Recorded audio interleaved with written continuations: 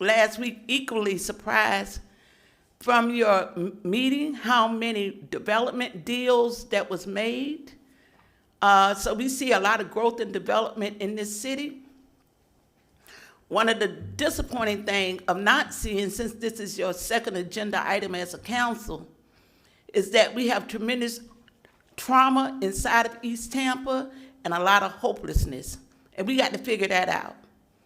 I do recall that when the mayor was the chief of police and she was not able to arrest a lot of low-level crime, street-level crime, because something had happened in our community that people on the streets had moved to another venue to try to make a living, we had less violent and less dead bodies.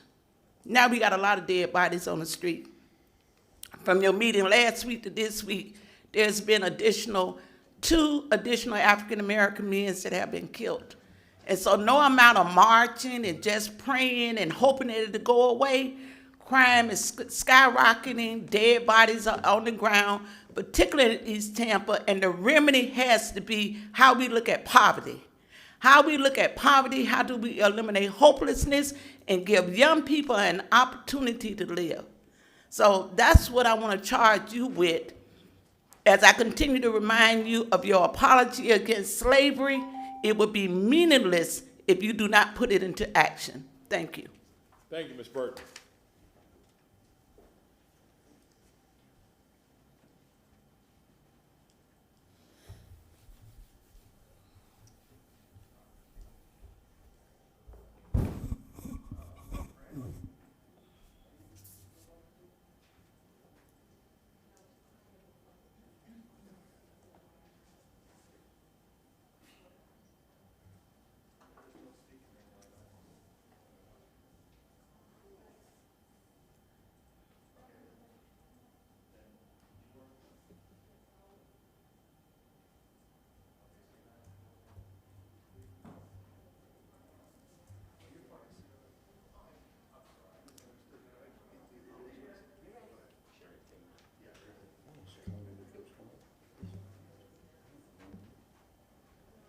Uhuru, Mentisnat. Mentisnat means anything's possible, and Uhuru means freedom in Swahili. And we say we as African people should always be thinking about our freedom. That's what I always say, been always saying that since I was a little child. We should be thinking about our freedom. I want to say good morning and Uhuru to my beloved mother-in-law. Say hello to her and how she's doing, and hope everything's fine over in West Tampa. But I also want to say that we have to put the spotlight on not only our Representative Orlando Gules of District 5, we have to put the spotlight on the other 7 white people that's standing up there and sitting there and represent this city, that we African people aren't getting our fair share of what belongs to us in this city, what's rightfully ours in this city. And we have to start doing that. It's not just incumbent upon Orlando Gules to make that happen. It's incumbent upon the other people that sits there. We as African people cannot continue to be disrespected, and no one should ever think that I'm letting the 6 white people up there off the hook, or the previous administrations off the hook for reparations that's owed to African people in this city. But our city council representatives have to start using that word reparations. We can't be disrespected on a daily basis and tricked on a daily basis.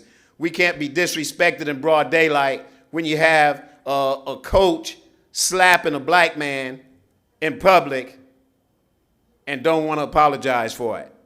Say he's seen enough foolishness, so he preemptively slapped the black man so the black man won't do something what? Ignorant or stupid. Can't have that going on in this city. Y'all can't keep playing us as if we're crash test dummies. So what I'm saying to this city council is, you white people also have a duty and responsibility, like the sisters say, crime, development, East Tampa, West Tampa, gentrification, our young kids, our adults stuck in prisons, men, women, and children, over crazy prison sentences, victimless crimes, all that have to stop. And we want this city council to step up to the plate and do what's right, not $35 million in PPP money for the Buccaneers, for Raymond James Stadium, and around charging black people with criminal activity for trying to get some PPP money. Stuff like that have to stop. We African people aren't that ignorant as where we don't see it, but we have to organize and get enough power to do something about it. We have to come together and do something about it, and it's not letting anyone off the hook for their duties and responsibilities and their commitment when they sign on to say, make this city a better place to live and make it more habitable. Thank you.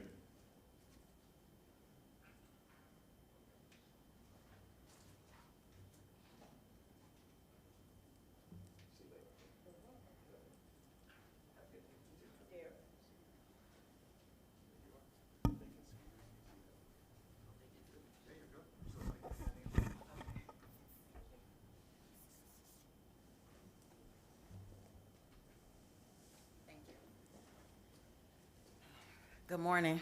Good morning.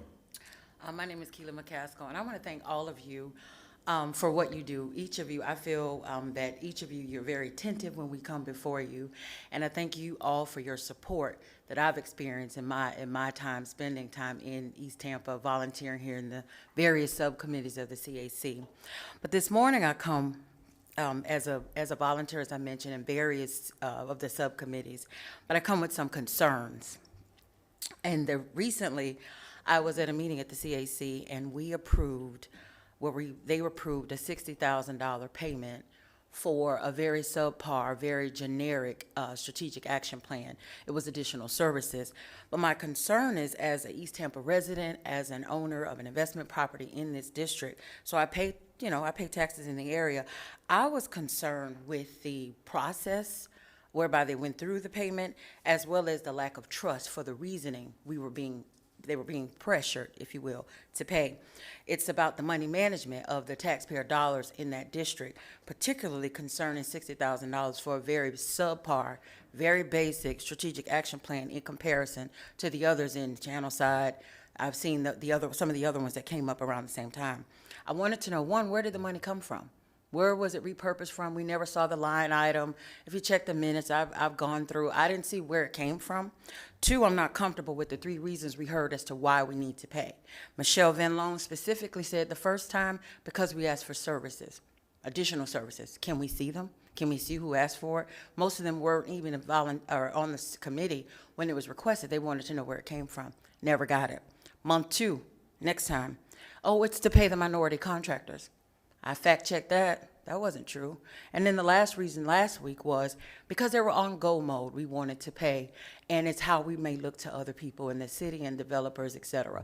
We need to pay this bill. I have a concern with that. I have a concern with the process. As a volunteer and as a founder of a nonprofit that served this community, I submitted a bill, an invoice, and it wasn't paid. And I'm not here about that, because I was going to do the work anyway. But it was the process. It wasn't consistent with what I saw for the strategic action plan. I've never seen a city authorize a payment because they were on go mode, because they wanted to accelerate the process for you all. That's not acceptable. Where was the invoice? Who authorized it?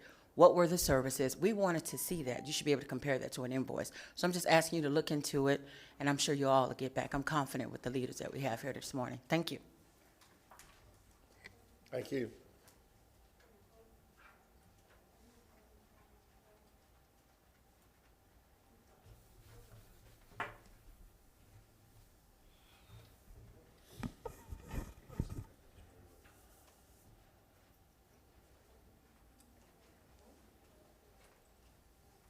Morning, Ms. Tate. Good morning, council members. I am Fran Tate, Community Advisory Committee Chair of the East Tampa Community Revitalization Partnership, also referred to as the East Tampa CRA. Happy New Year to all of you, to the Mayor Jane Castor and city staff. Mr. Chair, may I request a minute or two more outside of 3 minutes? I will give you a minute. Yes, Ms. Tate. Thank you. I am here before you today to share significant concerns that the community has expressed in reference to our East Tampa CRA.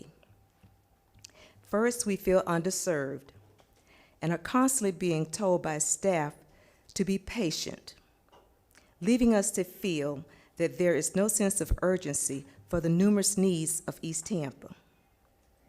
We love East Tampa, and we're working diligently because we desire a better place to live, a better community for all of us.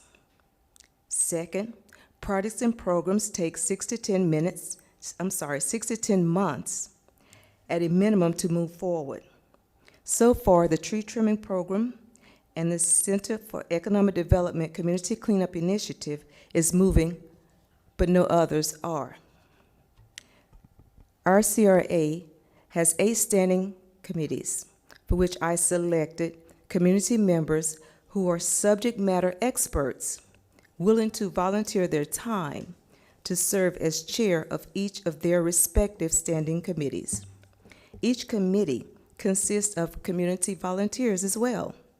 Monthly meetings are being held with projects and programs being developed that will move East Tampa forward. But for some reason, other than the tree trimming program and the community cleanup initiative, we're unable to advance any other programs or projects beyond discussion. While we witness other CRAs getting projects completed, we're not able to do so.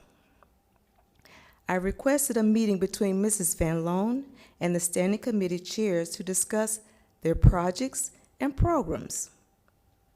I requested it to be held prior to the upcoming January 26th special call work plan meeting, and was told a week ago or so that the meeting would take place on today, January the 20th, but have not yet seen the announcement. I am still waiting for this meeting to take place. We are employees, business owners, retirees, caretakers, clergy, community leaders, and heads of households, with some of us serving on other boards. Our time and efforts are extremely valuable. Please, we're asking for your help in these matters. Vice Chair Dominique Cobb will follow me with her presentation. Thank you so very much for your time. Thank you, Ms. Tate.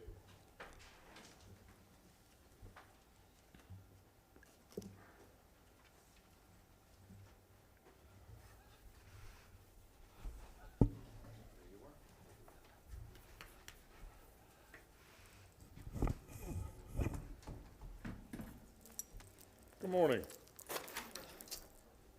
Good morning. My name is Dominique Cobb. I'm a resident and also the vice chair of the East Tampa CAC Vice Chair Board, all that good stuff.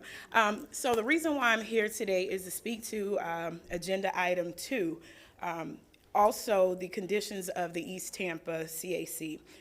First, the CAC has recommended to staff to ask for help. The CRA has recommended staff to ask for help a few months ago, and we feel as though we have not been getting the assistance that we need. With East Tampa CRA being one of the largest, we have been understaffed and underserved for quite amount of time.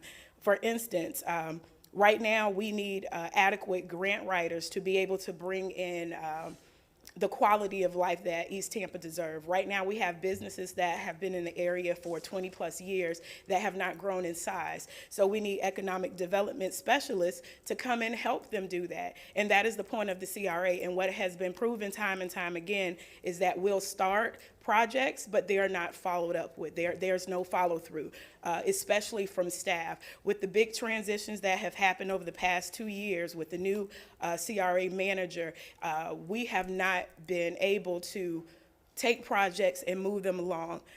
For instance, there is an accountability and follow-up issue. Projects that were proposed are sometimes taking 6 months to get information back to the CRA committee. And what happens is there's a transition of board members, and there's no follow-up after that.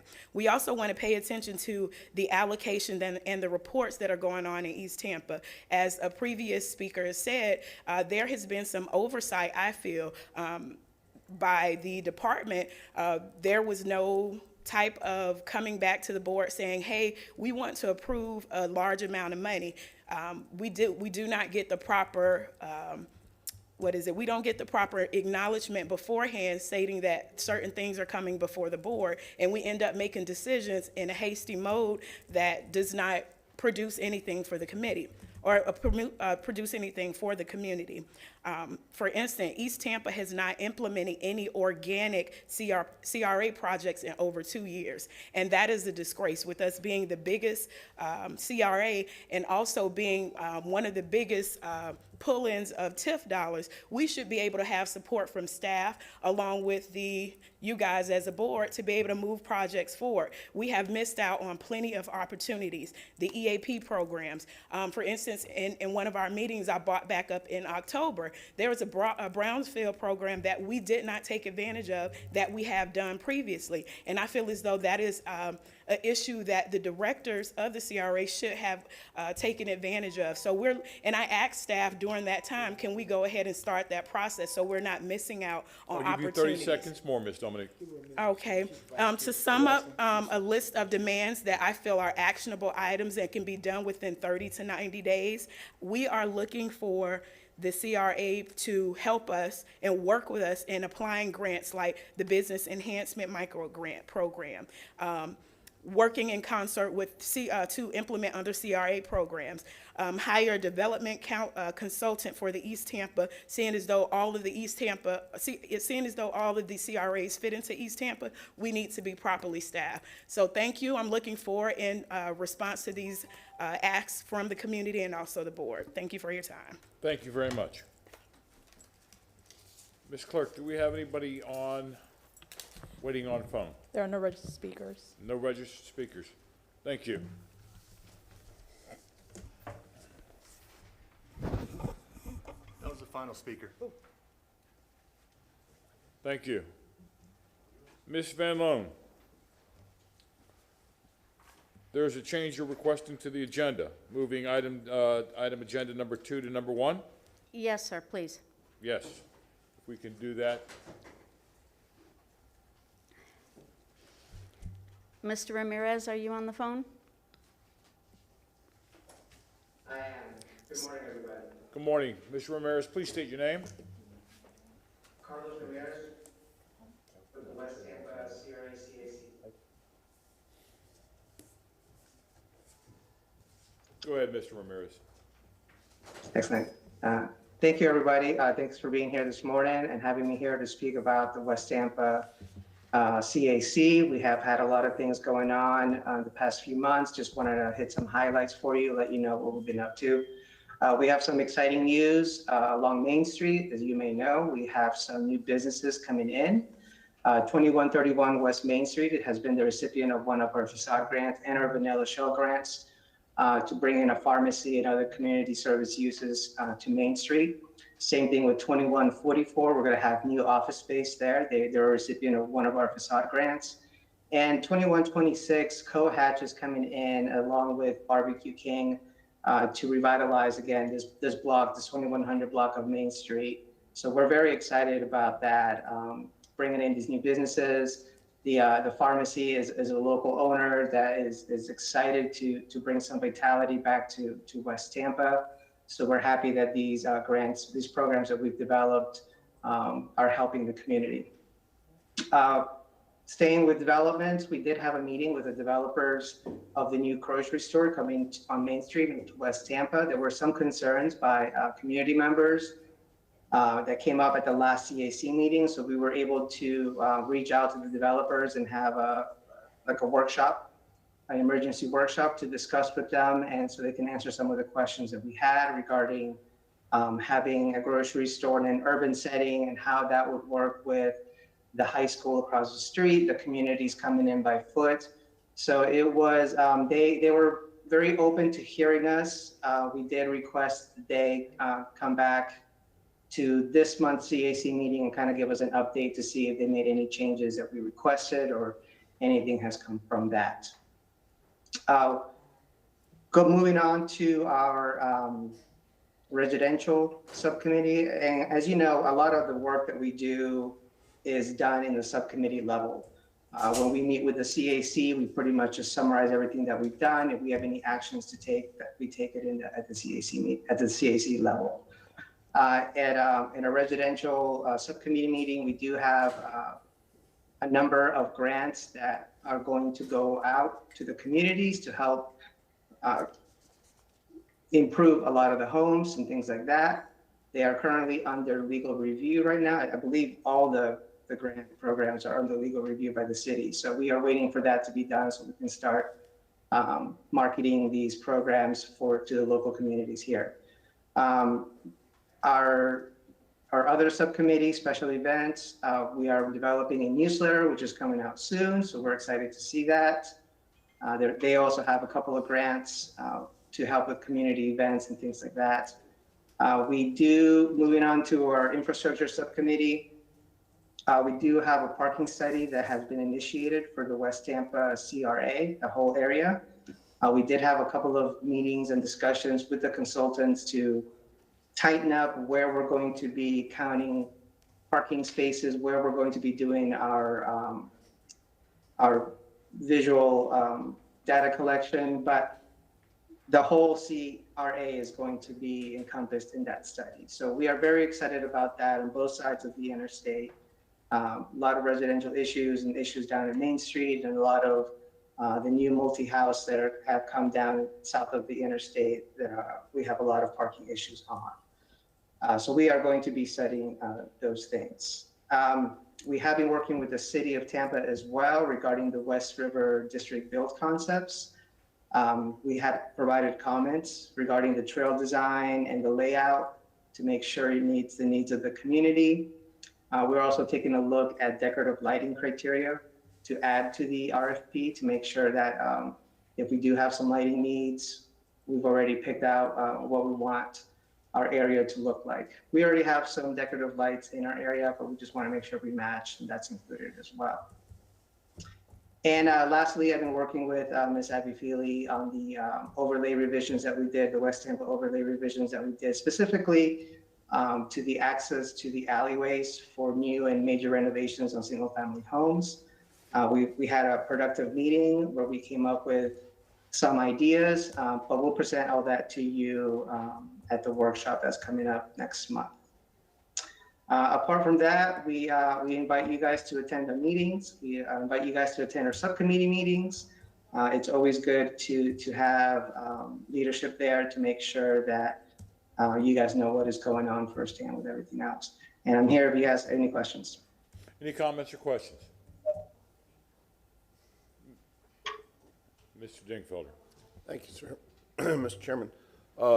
No, I just wanted to chime in, the comprehensive report, and I think between previously Mr. Robinson and now yourself, there's good leadership over there in West Tampa. We appreciate all you do. Thank you, sir. Councilman Goods. Yeah, Ms. Dingfield, I'm excited about Mr. Robinson called me last week and asked me to look up an article about the barbecue queen.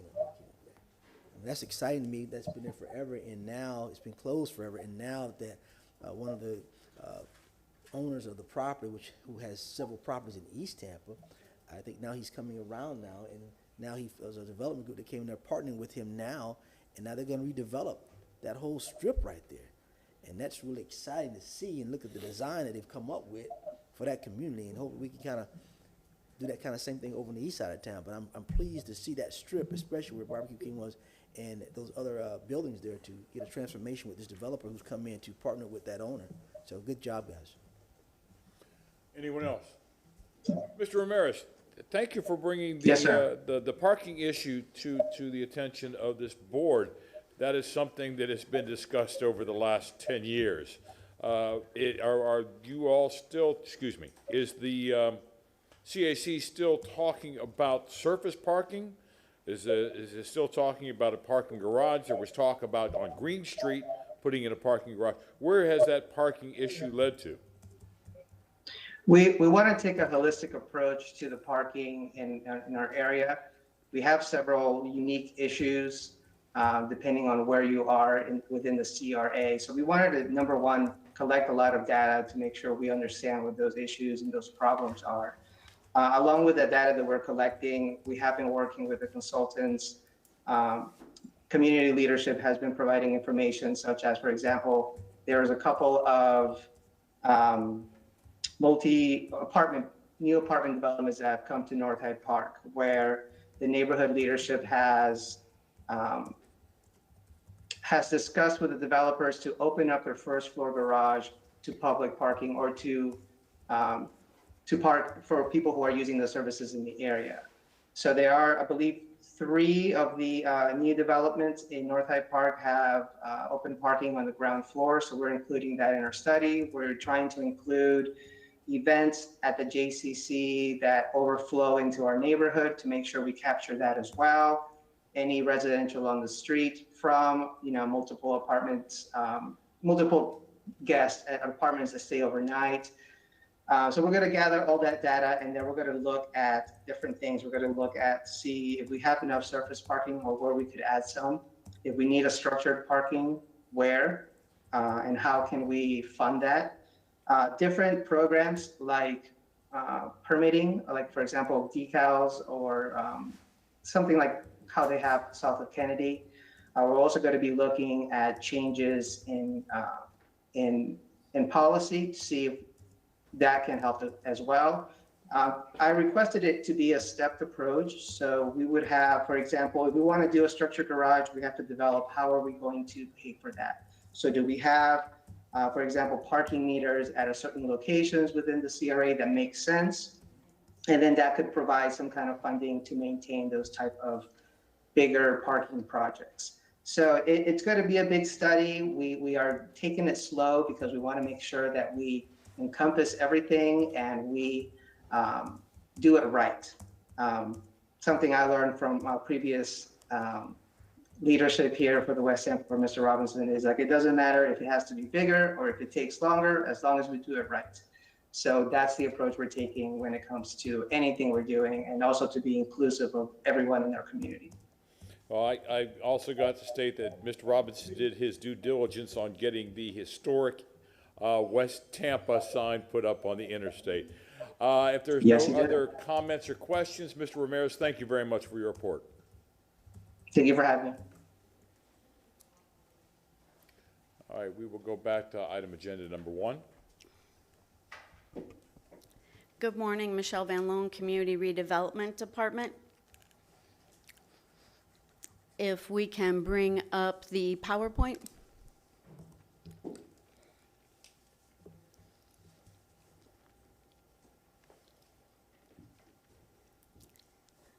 Is it on your screen? Yes. There we go, perfect, thank you. So with our downtown CRA, we have some new artwork. Artwork is a theme for the month for downtown. In Water Street on the Cumberland Parking Garage, you can see the new artwork called Equality Diversity, and it is by artist Leon Keir.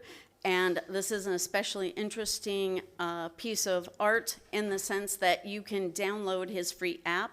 And when you are in front of the art piece at the garage, you can scan it with your cell phone and it will start moving in front of you through your phone, and it's an interactive experience with that piece of art. So it's gotten a lot of buzz and we've been very excited about it. Additionally, there is public space between the 1001 Water Street building and the USF College of Health. And it's a new sculpture that has LED lights and movements. It is called the Three Arcs, and it was designed by artist Jim Campbell. It's kind of hard to capture during the day, but you can see that artwork down at the bottom. And lastly, we're very excited to announce that for Herman Massey Park, after a very long time, we had the final design concept that was chosen by the public through consensus, and their final comments were received through December. And now Parks and Rec will be moving forward with getting the design documents set up and created for that project so that we can move forward with Herman Massey Park. In downtown, some private development. We have the Colta Group that purchased 4 parcels that are between Twiggs and Madison, and they plan to redevelop them into condominiums. On the left, you can see the Doring Group building where the Moxies is. That was built in 1900, and it makes it one of our oldest buildings in the city of Tampa, And the 5-story yellow brick building to your right was also constructed in 1929. So this will be a very exciting, interesting rehabilitation of our historic structures. Again, in Water Street, the Asher, which is their 3rd largest residential building, it will be opening in March at 1050 Water Street. They've already started pre-leasing. It will also have a new extended stay boutique hotel, and this is the first time Roost Tampa, a Philadelphia hotel, will be entering the Florida market. So in Water Street so far, we have 490 units at the Asher, 420 units at the Heron. The 388-unit Cora building opened up in 2021, and the new Tampa Edition Hotel also has 37 luxury condos at the top. So with that, are there any questions on downtown? Comments or questions? Councilman Dingfelder. Thank you, Mr. Chairman. Good morning, Michelle. The 2 questions. One, and going back a couple of slides on what's happening new in terms of activities and specifically our activities. What's going on with the Army-Navy property? Our chairman did a great job of pushing for the purchase of that property, but haven't heard much for the last year or so. We have a billboard that sits on our site, and we have been working with the private owners that own the property with the billboard to find a suitable relocation for them to relocate the billboard that they and their tenant, Clear Channel, find acceptable. Due to the court case regarding disposition of land in the CRA, it does make it a little bit more complicated when we have to do something through an RFP, but we need to do a land swap. So that is one of the issues we are trying to work through right now. Once we can relocate that billboard, we will be going through our public workshops, probably in conjunction. The city also has some land and some projects they are looking to do for affordable and workforce housing. And so we will be doing public workshops and public comment for the downtown community to get their needs, just like we did with the Rome Yard. And once we have that, we'll develop the RFP and go out for RFP. Is there a timeline on that, everything you just described? The big thing that is hinging is legally, how do we relocate that billboard? So in other words, we bought that property with an existing tenant on it vis-a-vis the billboard, is that right, Mr. Massey? It's adjacent. We can build with the billboard there, but we have 4 blocks of city-controlled property, and the type of development we could do if we can relocate the billboard is well worth the time to take to try and make that relocation work. We don't own the property where the billboard's located. I think what Michelle is saying is that if we could acquire that property in some sort of land swap with them, it would make the whole property, the whole length of city-owned property and the CRA property, a better, more cohesive project for affordable and workforce housing development. And it also allows us to straighten the grid right through there where Laurel and Fortune, it's at a weird angle. And since their property abuts the right-of-way, without that, we're not able to address that grid issue either. So there are several different benefits that would be had by being able to make that deal work. Okay. And Mr. Chairman, just one other item in regard to downtown. A couple slides back, you showed the Doring building and the next door, what I think we think of now as the First Watch building on the corner. The Doring building, at some point in history, maybe going back 30, 40 years, was sort of plastered over, so you can't really see the historic nature of it, at least not from the Tampa Street side. But the First Watch building has a beautiful facade, and I think both have been described in the article I read as truly historic. What concerns me when I read the article is I didn't get any notion of that anybody is going to be trying to preserve either one of those buildings. It sounded to me like it was more like a knockdown and a rebuild of you know, the typical, you know, condominiums or apartments that we're seeing downtown. Not apartments and condominiums downtown are wonderful, I totally support them, but it would be very sad to see us lose those historic structures. So do you get any sense that they're at least gonna try and preserve the facade of the First Watch building as they go through their, you know, their process? I have seen other parts of the country, specifically near my daughter's house in DC, you know, where they just preserve the brick facade and they build a big tall building behind it.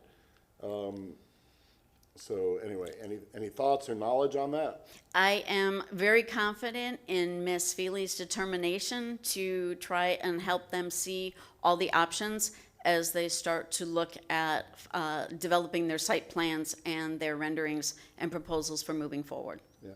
I don't believe that a project like that, let me flip that around. I believe a project like that, even if it needs some type of rezoning or approval, doesn't necessarily come to council anymore. But I think downtown got shifted over to staff approval, Mr. Massey.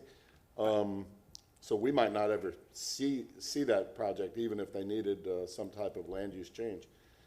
I believe you may be correct, and probably this type of conversation about the historic preservation of the buildings and what process would be applied for the redevelopment of the block would be a better conversation when you, or you could make that motion when you're sitting as city council, maybe tonight, to have Ms. Feely and her staff come back, because neither Ms. Van Loan nor I are the, you know, the experts in that area, and it's really not a CRA issue per se.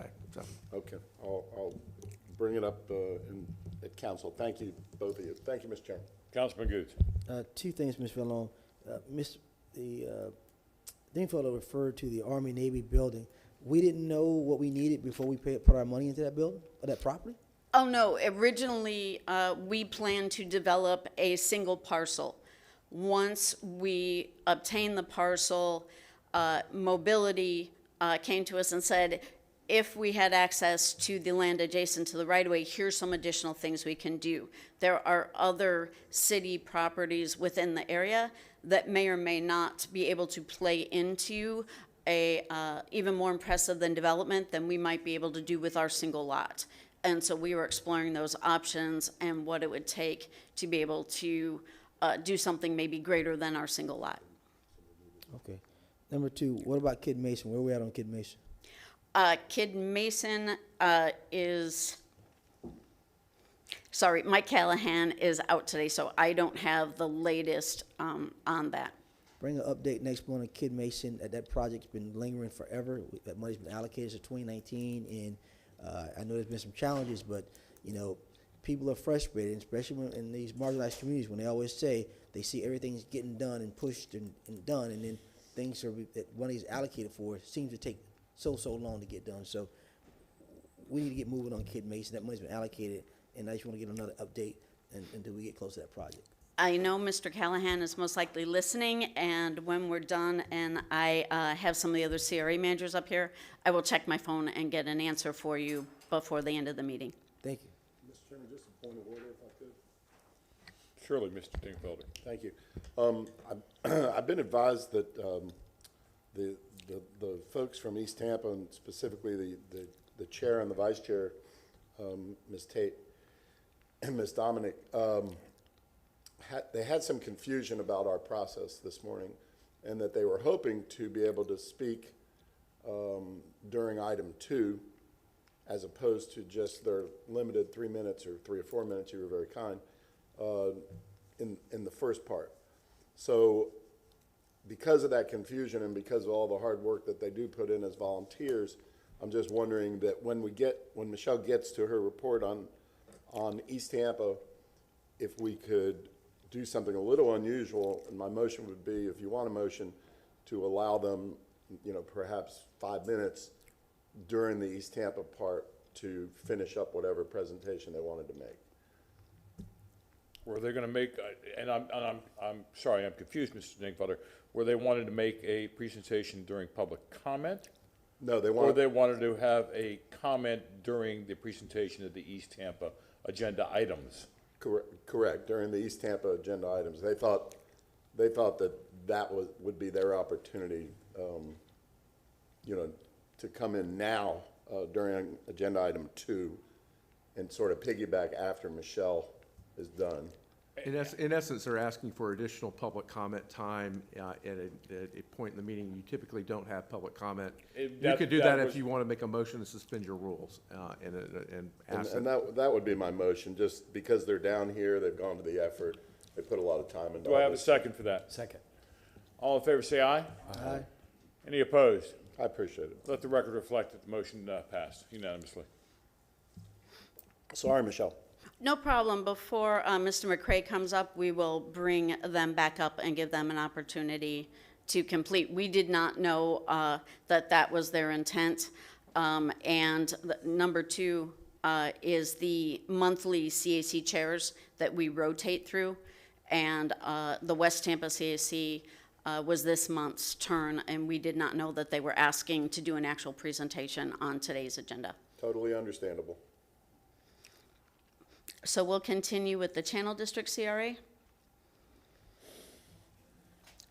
So we've got our construction projects on Channel Side Drive. We're moving right along. Phase 1 is almost complete from Kennedy to Washington. We're about 80% complete from Washington to Whiting, and have gotten now solidly into the 3rd phase, Whiting to the roundabout, and that is at about 20% complete. You can see Twig Street on the right. That is standing at Channel Side Drive. You are looking towards the back of Channel Club and the new Daniels Corp development that is on the right-hand side, and Twig Street completely torn up. And that will, we have timed that street work to coincide with all the construction that is going on at the Daniels site, so that we have all our construction out of the way at once, and neither project will be tearing up each other's project after they finish. At the port, their access improvements at Cumberland will be completed in early February to meet their needs for port access when, again, the cruises do get fully up and running. We also have some private developments on the top right-hand picture. That red square for Greenfields is going to open in 2022, and they are nestled right there between Channel District, Central Park, and the Ybor CRAs. They have their new under construction sign out there on site. On the lower half side, you can see Twig Street that we just saw that's under construction, and then also the Park Madison, which is on Channel Side Drive and anchors the other side of that block from the Channel Club. And on the right-hand side, you can see that rendering of the Park Madison building. Any questions on Channel District? Comments or questions? Ms. Van Loan, is there infrastructure going on in between Twig Street and the proposed 4 Greenfields area in the back roads back under the Leroy Selman? Right now, the only construction going on that North 12th Street is what is happening due to the development of the private construction building. All right, thank you. I got a call about that, so I got my answer. Thank you, Ms. Van Loan. There are things with the TICO lighting that we are participating in, but we are not doing work at this time. Thank you. Any other comments, questions? Please proceed. On Tampa Heights Riverfront, we're excited. This project shows the effect that a CRA can have. This new apartment building that is proposed is outside the boundary but adjacent to the CRA. This will be a new 321-story, or 21, sorry, that would be a very tall building, 321-unit building, and they are including 32 affordable units. 16 of those units will be at 80% or less AMI, and another 16 will be at the 120 or less AMI. So we're very excited. While they're not directly in the CRA, this development will have an impact on our CRA and that area immediately north of our downtown. Ms. Van Loan, is that the one that's south of Flora, Nebraska? Yes. That's the one we approved at council, was it? South of Flora, Nebraska, and on the west side, correct, of Florida? If I'm not mistaken. I think that's the one we had. Okay, I see the map. The city had Mr. Chairman, I'm sorry. Yes, this has Mr. come Dinkfelder, before you go already ahead. for their development side of it. Right, we owned one parcel and I think one or two little parcels on that block, and we're selling it to them, and we got some affordable housing out of that, and then they added some of their own affordable housing, and we approved it through rezoning, and I think it's gonna be an exciting project. Any other comments or questions? Thank you, Ms. Fenlon. And lastly, for Central Park, as all of you were involved, they have done their rezoning for their first phase that is shown in that upper right-hand side to put in apartments. Again, they will also have some lower income and working class units that will be a part of that development. It is going on what is currently the northern section of what we know as the Tampa Park Apartments. On the lower side of your screen, you can see the Legacy Encore. It's a new 228-unit multifamily building. It was just completed this month, and they are looking, again, more at the affordable in the sense of they're the smaller units, the studio 1 and 2 bedroom floor plans. They do have the upgraded finishes and amenities similar to what we saw when we went out and toured the new apartments over in West Tampa. Any questions about Central Park? Comments, questions? Councilman Dinkfelder.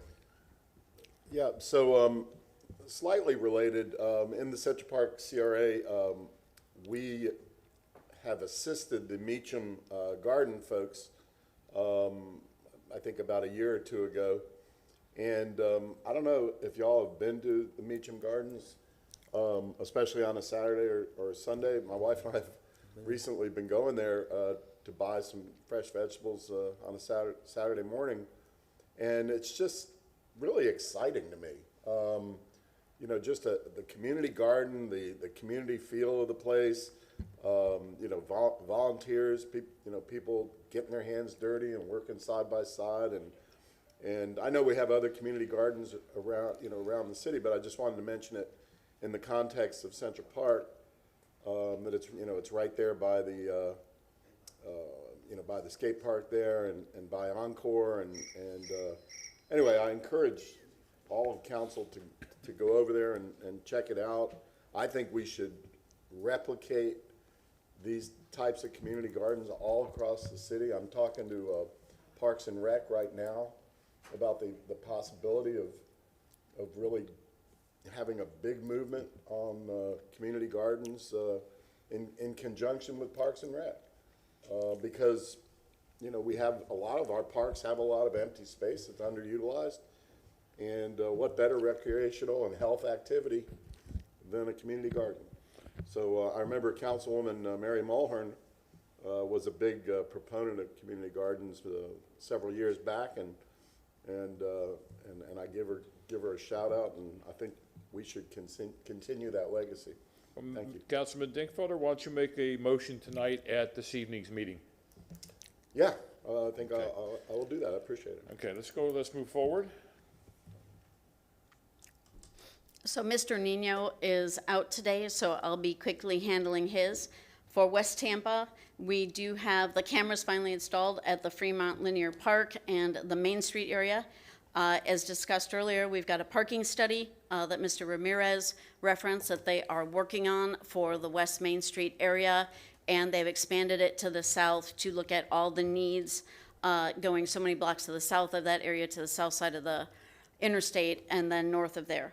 They're also looking to continue to work with Parks and Recreation to produce designs for the improvement of some of the parks that have not seen very many improvements in the past few years, with the higher priority parks being Ray Park, Celsinas Park, and we are partnering with Parks and Rec that they will help with the design, and then we will partner with the improvements to help expedite the implementation of those projects. We also have our alley cleanups that are continuing. They're working through all of the different alleys as we work through and get our permission slips from various property owners adjoining some of those alleys. We have had over 60 alleys that have been cleaned north and south of I-275. And again, as we work through each of those contracts that we get through various city providers, we work through the next one, and we take the next several alleys as part of that scope. And we've also been working with our Main Street Area Clean Team, and that again was a new project that West Tampa was trying to replicate what we have had in East Tampa, where we have enhanced litter, debris removal, minor landscaping, and general upkeep that goes above and beyond what the standard city services are able to provide within our CRA. Are there any questions on Comments, West questions? Tampa? Councilman Goode. You know, you look at that alley, and I know Mr. Carlson is a big proponent of keeping alleys open, during council, and I can see some of his points on that, you know. And when I look at this alley here, I mean, imagine if I had alleys like that cleaned in East Tampa, Mr. Dingfelder. I mean, it's a great, I see it's a great program that's working, great ideas. And hopefully our CAC is looking at that to maybe allocate dollars to do the same kind of work. I know we have our clean team, and they only can do so much, but I think when you look at East Tampa, it's a bigger place with a lot more issues. It needs a lot more attention, a lot more people to get things done. But I just want to commend the West Tampa group for putting this alley program in place, because you can see the difference it's making to clean up the neighborhood, to clean the surrounding places. So I just commend them on getting that project done. Thank you. Other comments or questions? Yes, Mr. Munoz is doing a great job on this. I've called him several times about people that living in West Tampa, and yes, it has helped them out dramatically. All right, Ms. Van Loan? Lastly, for Drew Park, we have the Tampa Bay Boulevard Linear Park, as Mr. Nuno has reported. Originally, we were looking, and the CAC and the Parks Department was looking at what the maintenance would be on this park. We built a green space, but wanted to make sure that it was a design that would be able to be maintained and not end up looking dried out and rather weary. And now that the park is built, the community would like to see a little bit more of a beautification project along with the green space and the walking trail that does connect from Tampa Bay Boulevard all the way up Lois and back over through Air Cargo Road. So they are working at the designs and talking with the community to get their input about the types of look and design they want for that park. We are also looking at a pocket park on some of the land that the CRA bought a little over 10 years ago, and you can see some of those properties on that right-hand side.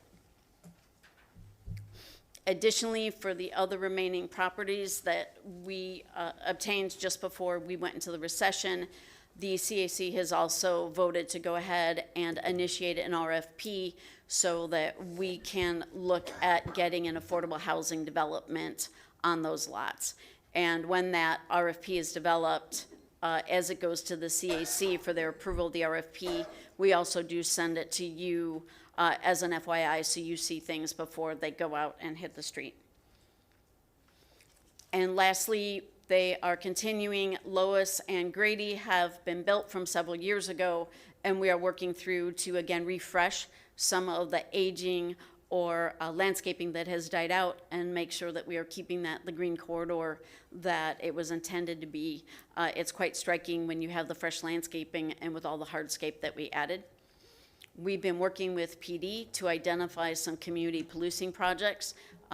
Drew Park was one of the first that initiated these partnerships to be able to contribute resources so that TPD can go above and beyond to address some very localized criminal activity issues that do affect a small community like this, especially one that is almost an island as it is surrounded by those major roadways and the airport to the west. And lastly, we continue to have facade grants, and we just had several before you over the past couple of months. And any questions on Drew Park? I was waiting for her to get to the end. Councilman Dingfelder. Thank you, gentlemen. And then someone else start. Thank you, gentlemen. You know, our clean teams, I think, have been very successful downtown and Ybor City. Not sure if we have it in Channelside, but I'm just wondering, in a place like Drew Park, I know we have a limited amount of funds available, TIF funds available in Drew Park, But has the discussion ever occurred of having a very small clean team type of effort in Drew Park, Michelle? Right now, usually when we get the request for clean team where it comes up is when you get a lot of blowing debris and trash that collects on the side of the roadways and in the landscaping. And I believe because of some of the limited corridors and the through traffic for people that might be eating and that you see the fast food bags that go out the window, we do have a lot less of that in Drew Park as an accumulation. So it has not been identified as a priority need to date, but certainly if that did come up. Are they, would they be aware of that, of the opportunity? Would the CAC be aware of that, opportunity? Yes, sharing, having Mr. Nino as their CRA manager, they're very aware of the options of what is going on in the other CRAs. Okay, because when I drive through Drew Park, sometimes I do see some areas that get a little, a little trashy. I think overall, CRA has been wonderful for Drew Park. I think the sidewalk improvements, the street improvements, the new park, along the airport there. I think we've done some really good things, but like you say, we just have to maintain them both with landscape and I think on occasion, if we start seeing, trash in some of those residential areas or around some of those small restaurants, that we need to figure out a way to be vigilant on it. But anyway, I guess we'll just keep an eye on it. The biggest contributor to some of the aesthetics in Drew Park is where we have all those open ditches and we have where the roadway goes directly to the grass. We have an incredible parking challenge due to the nature of the grid and the original development of the Drew Park streets and those buildings, which were not built with a lot of parking. And so the vast majority of parking that occurs in Drew Park is on the rights of way on the grass. And so as soon as that grass is run over and died and the weeds grow in, that contributes much more to that look of trashiness versus the accumulation. Not that we get periodic debris and litter, but I think that those rights of way with all the public parking on the side, the edges of the roadway probably are the most detrimental to the aesthetics of the community. Maybe just as a follow-up, that's actually a good observation. Maybe what we need to consider in terms of sort of semi-hardscape is the permeable pavers, the those crisscross, permeable pavers in some of those trafficked areas. If we know people are going to be parking there anyway, instead of letting them become a mud ball, and they probably get some stadium parking too, some ball game parking as well. So maybe we should, could consider that over the next couple of years. Thank you, Mr. Chair. Any other comments or questions? Councilman Goods. Can we go back to the properties that were acquired? This one, can you bring up the PowerPoint? It's there. This one or this one? Yeah, the housing. This one. Tell me a little bit more about that, because I see we have an RP, and they acquired these properties, now they're gonna do an affordable housing property? Yes, we acquired them before the recession hit, and the original purpose was to look at developing additional workforce housing. Drew Park has a very high percentage of renters and people who stay for a few years or a year, transitional housing through the apartment complexes, a lot of very aging apartment buildings, 1 and 2 story. And so the original goal by the CAC at that time was to look at, try to develop some additional workforce housing, and then the recession hit, and most of that got put on hold. When the Drew Park CAC updated their strategic plan, what to do with these properties was one of the impetuses for updating the SAP to start with. And they confirmed that they do want to try and do, whether it is townhouses or some low apartments, what they look at here. They're developing that RFP for what their goals are and just some sketches about what might be able to fit on that land. And then they will try and partner with someone to get that built. Thank you. Mr. Chairman. Councilman Dingfelder. Just as a follow-up to that, Councilman Goods, Michelle, is that done in conjunction or using the resources of Ms. Kaon, or do we do that on our own? If we are looking to, it depends on, sorry, three different thoughts hit at once. Ms. Henderson will be aware of what we're doing. Mr. Nino has been working with her and talking about what grant opportunities they have, what resources they have. If there is an opportunity to partner what we're doing with some of her funding, we will certainly do that. Yeah, I mean, you know, they have such tremendous knowledge and resources over, you know, in Affordable Housing Department that I think, you know, clearly we should take advantage of them if that's possible. We also have been very lucky. We have a grants person that has a background also in housing and housing RFPs and developments, and they've also been reviewing some of our documents and providing us input.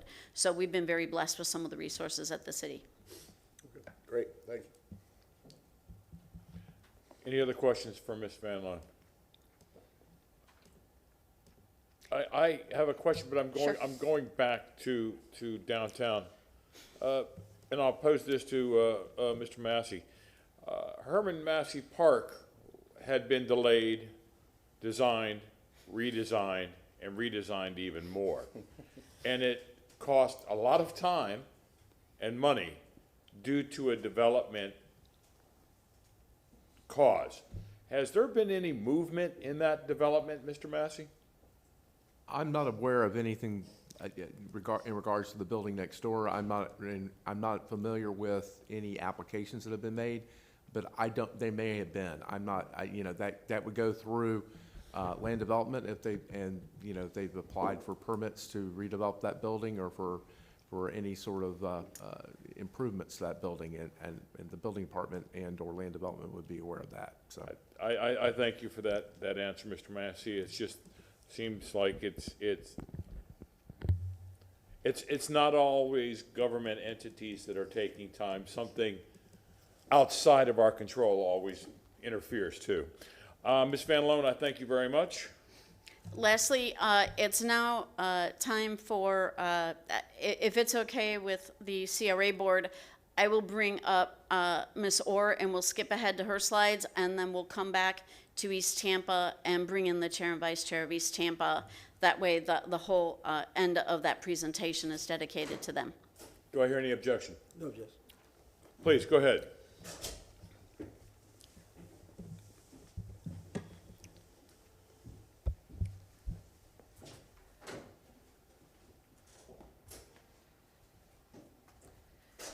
Good morning, Courtney Orr, Ebor, CRA Manager.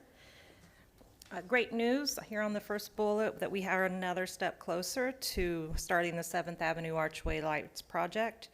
The TECO and the project agreement between the city and TECO was approved this month with an anticipated launch of this summer. So we're very excited about that. Pictured here is a shot of work underway on the 7th Avenue streetscape completion with a new gateway monument. The project should be done this summer, and we'll be inviting you all to an official ribbon cutting. We are moving in the direction of bringing our ambassadors and clean team together under one program. Currently, the scope of services of the RFP is being drafted, so please expect this to come to you in the near future for your review and input. We provided each of you with the printed version of the winter edition of the Ebor Legend, and now we are starting considering the content for the spring edition. We do that quarterly. I mentioned our rebranding efforts from YCDC to Ebor CRA efforts last month, and listed here, we are securing domains, and so that's just a continuation of that endeavor. Continuing with our communication efforts, you'll see a sampling of alerts sent via our community electronic flash or posted on our social media platforms, of which we have an active presence on all. We continue to work with Mobility on moving forward a cost feasibility study for bricking 7th Avenue to understand if such a project is within reach utilizing our TIF funding. For our notable events, we were proud to join Brenda Thrower as she received her City of Tampa 25 years service pin. And we had a lot of press at the Cigar Heritage Festival, which was great. We had attracted thousands of people to the district. There was a lot of press at the event, especially highlighting the CRA's Cigars for Soldiers program. Photographed here is one of our ambassadors speaking about the program to the media. Another popular annual event is the Outback Bowl Parade that has been estimated at drawing 25,000 to Ybor, a great economic driver for the district. And that actually concludes my report. Thank you. Comments or questions? Councilman Good. You know, I've attended that Jingle Bell Bazaar last 3 years, I believe, and that crowd has really grown over there, doing a great job with a lot of the children being a part of the program. So that, to me, that's a notable event as well, because they're out there. I watched the kids do their little Christmas skits and so forth. So just give a shout out to the young lady who's putting on that program each and every year. It's really growing as a Christmas type of event. Any other comments, questions? Councilman Dingfelder. Courtney, you got the night parade coming up, don't you? I think we got an invitation to that. Yes, it's coming up. Yes, February. Good deal. Going back to Councilman Good's comment, there were people that walked to that event with their babies in the strollers. And I made the comment that Ybor is really turning into a neighborhood, a community again. There are people moving in, families moving in. So, Ms. Orr, thank you for helping make that event special. And again, as Councilman Good said, please tell the event people that was an excellent evening. Okay, thank you. Anything else? Oh, one other question. I think we addressed this a long time ago, Mr. Chairman. In regard to the bricking of 7th Avenue, I think that's an issue close to Councilman Carlson. Remind me, are there bricks underneath the asphalt, or do we have to start from scratch with bricks? There are not bricks underneath the asphalt currently. We would be starting from scratch So at and some salvaging point- bricks and purchasing bricks. At some point, we lost all the bricks under there? Yes, I'm not sure of their location. I'm just aware that there are none that exist currently underneath the asphalt. Okay. All right. Thank you, Courtney. Thank you, Mr. Chair. You're welcome. Ms. Orr, Yes. thank you. Thank you.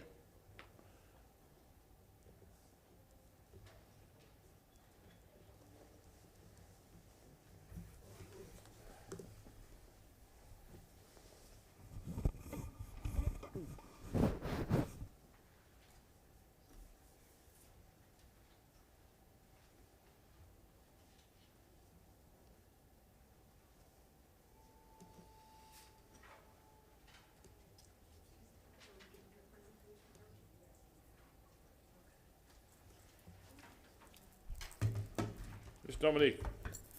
Again, Dominique Cobb, Vice Chair, East Tampa CAC. Thank you for allowing me to come back to reintroduce or bring attention to a few items.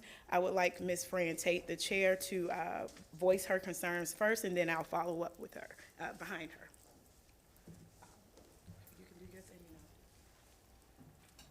Thank you so very much. I'm just a little shaken right about now. Take your time, Ms. Fran, take your time. There was a situation that happened in the waiting area, which I did not expect. I was pounced upon by my director and my manager. I never want that to happen again. I'm just a little rattled. I need to get my blood pressure under control. But anyway, I'm gonna push through this. We have action items that we need implemented in the next 90 days. Number 1, implementation of the owner-occupied rehab program.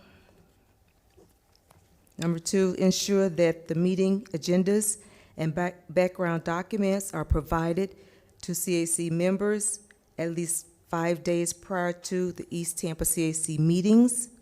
Number 3, contract with a person, an entity to serve as a developer consultant. Number 4, contract with a person or entity to pursue grants on behalf of the East Tampa CRA. Number 5, ensure that the economic development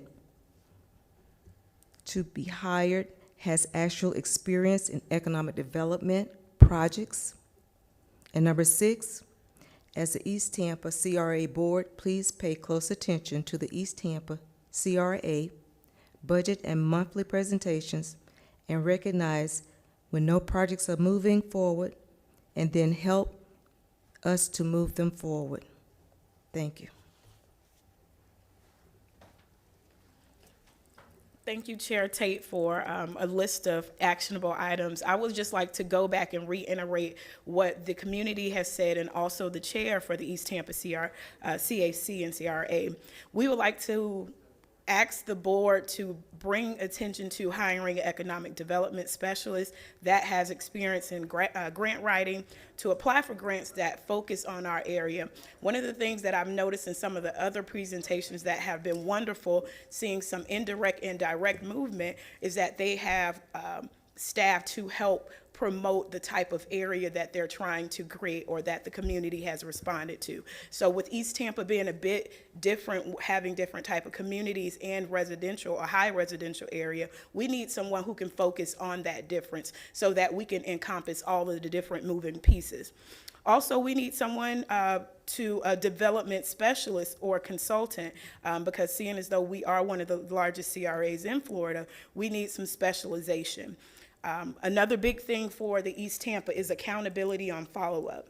Projects were proposed between 2019 and as far as back as 2009 that has not taken place or has any type of roots. We're asking that we can have some type of communication with the subcommittee and also staff so that we can have a sense of urgency on completing some of these development projects. And to wrap it all up, there seems to be a lack of urgency in East Tampa. So we are asking and quite frankly demanding more help from City Council. Again, due to the lack of urgency, the CRA has not had any direct promotion of economics development. We are requesting a community and a city liaison to help form new businesses. The board is asking for the help and also the community so that we can engage better with our businesses and help promote, more livelihood and a sustainable place of living in East Tampa. Thank you again for allowing us to come back up and get some clarity. Again, enjoy the rest of your day.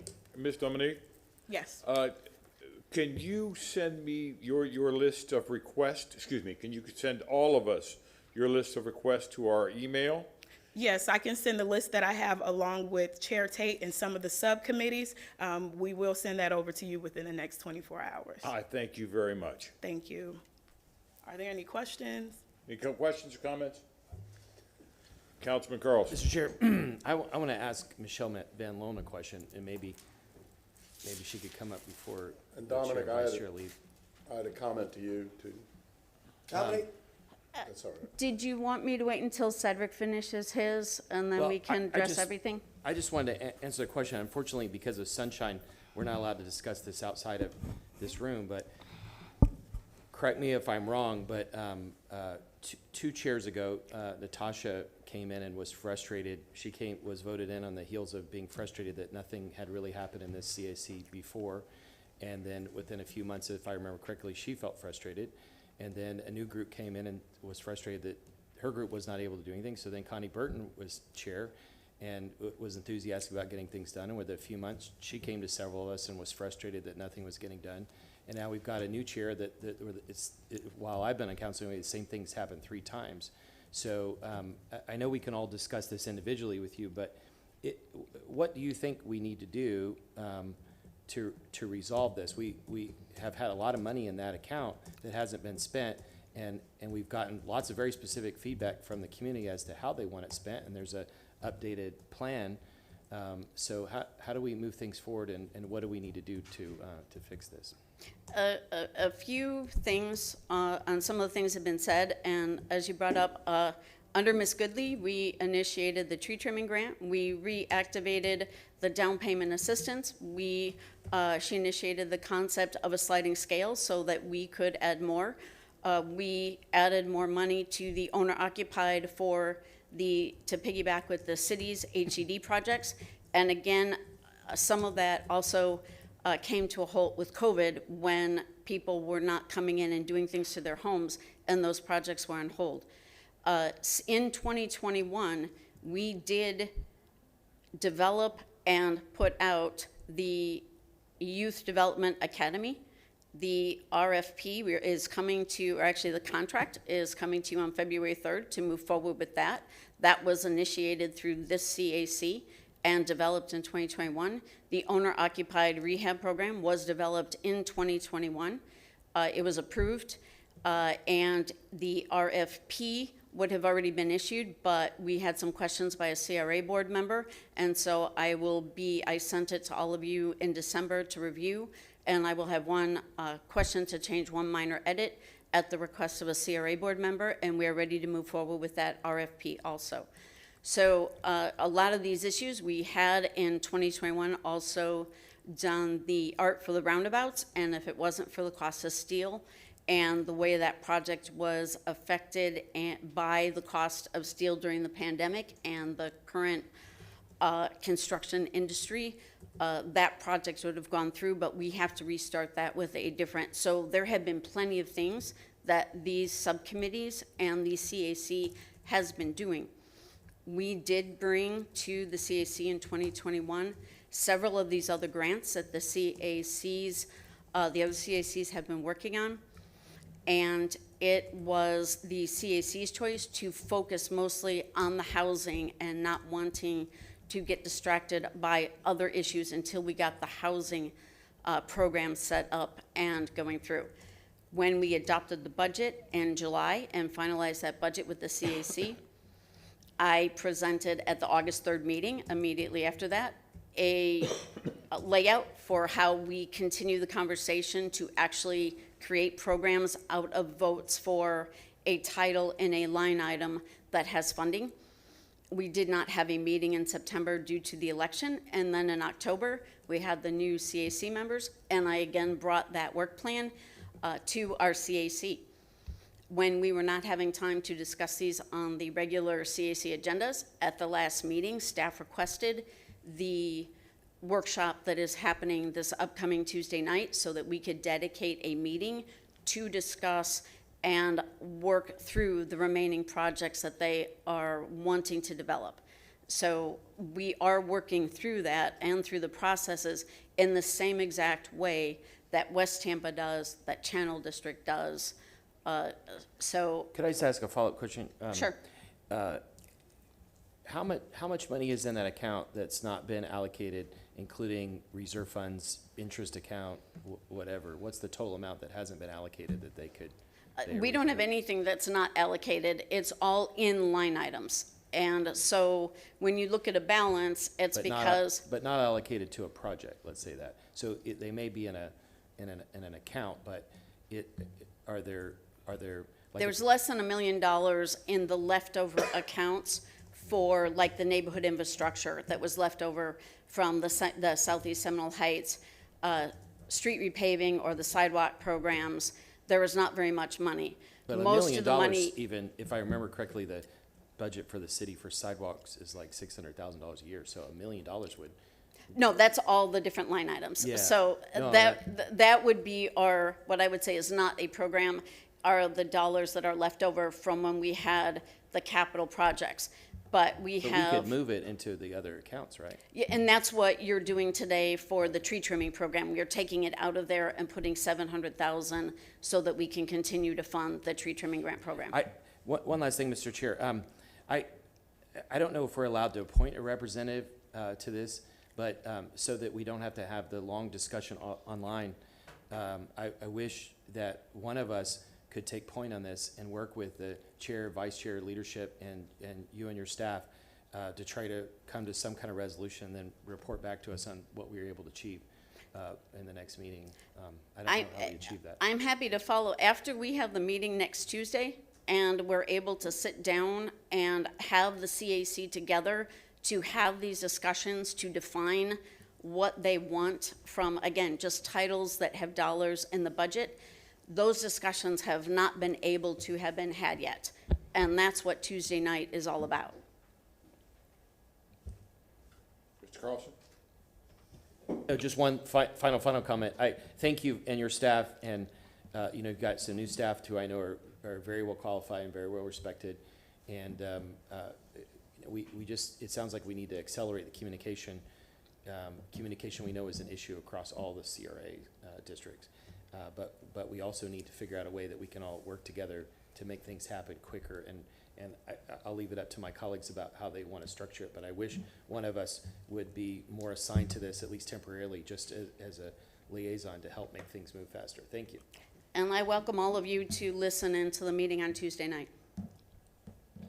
Councilman Miranda. Thank you, Mr. Chair. Ms. Van Loan, you spoke there for a few minutes without taking a breath, and you have an extended memory, I suppose, because you went right through it without stuttering.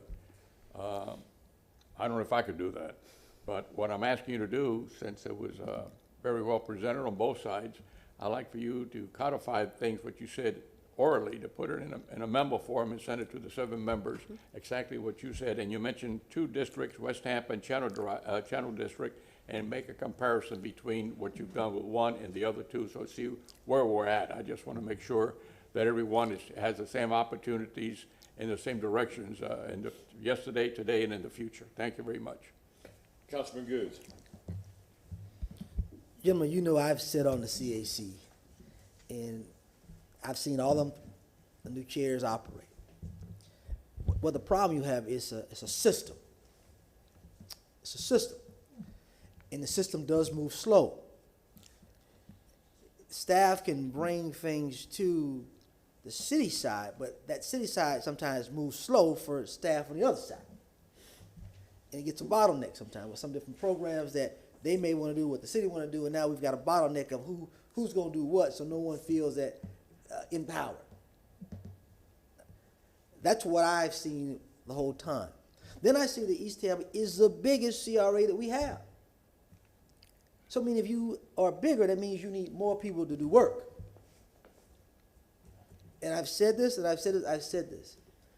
Ms. Van Loan is doing her best, but she's overloaded. We have 8 CRAs, gentlemen. 8.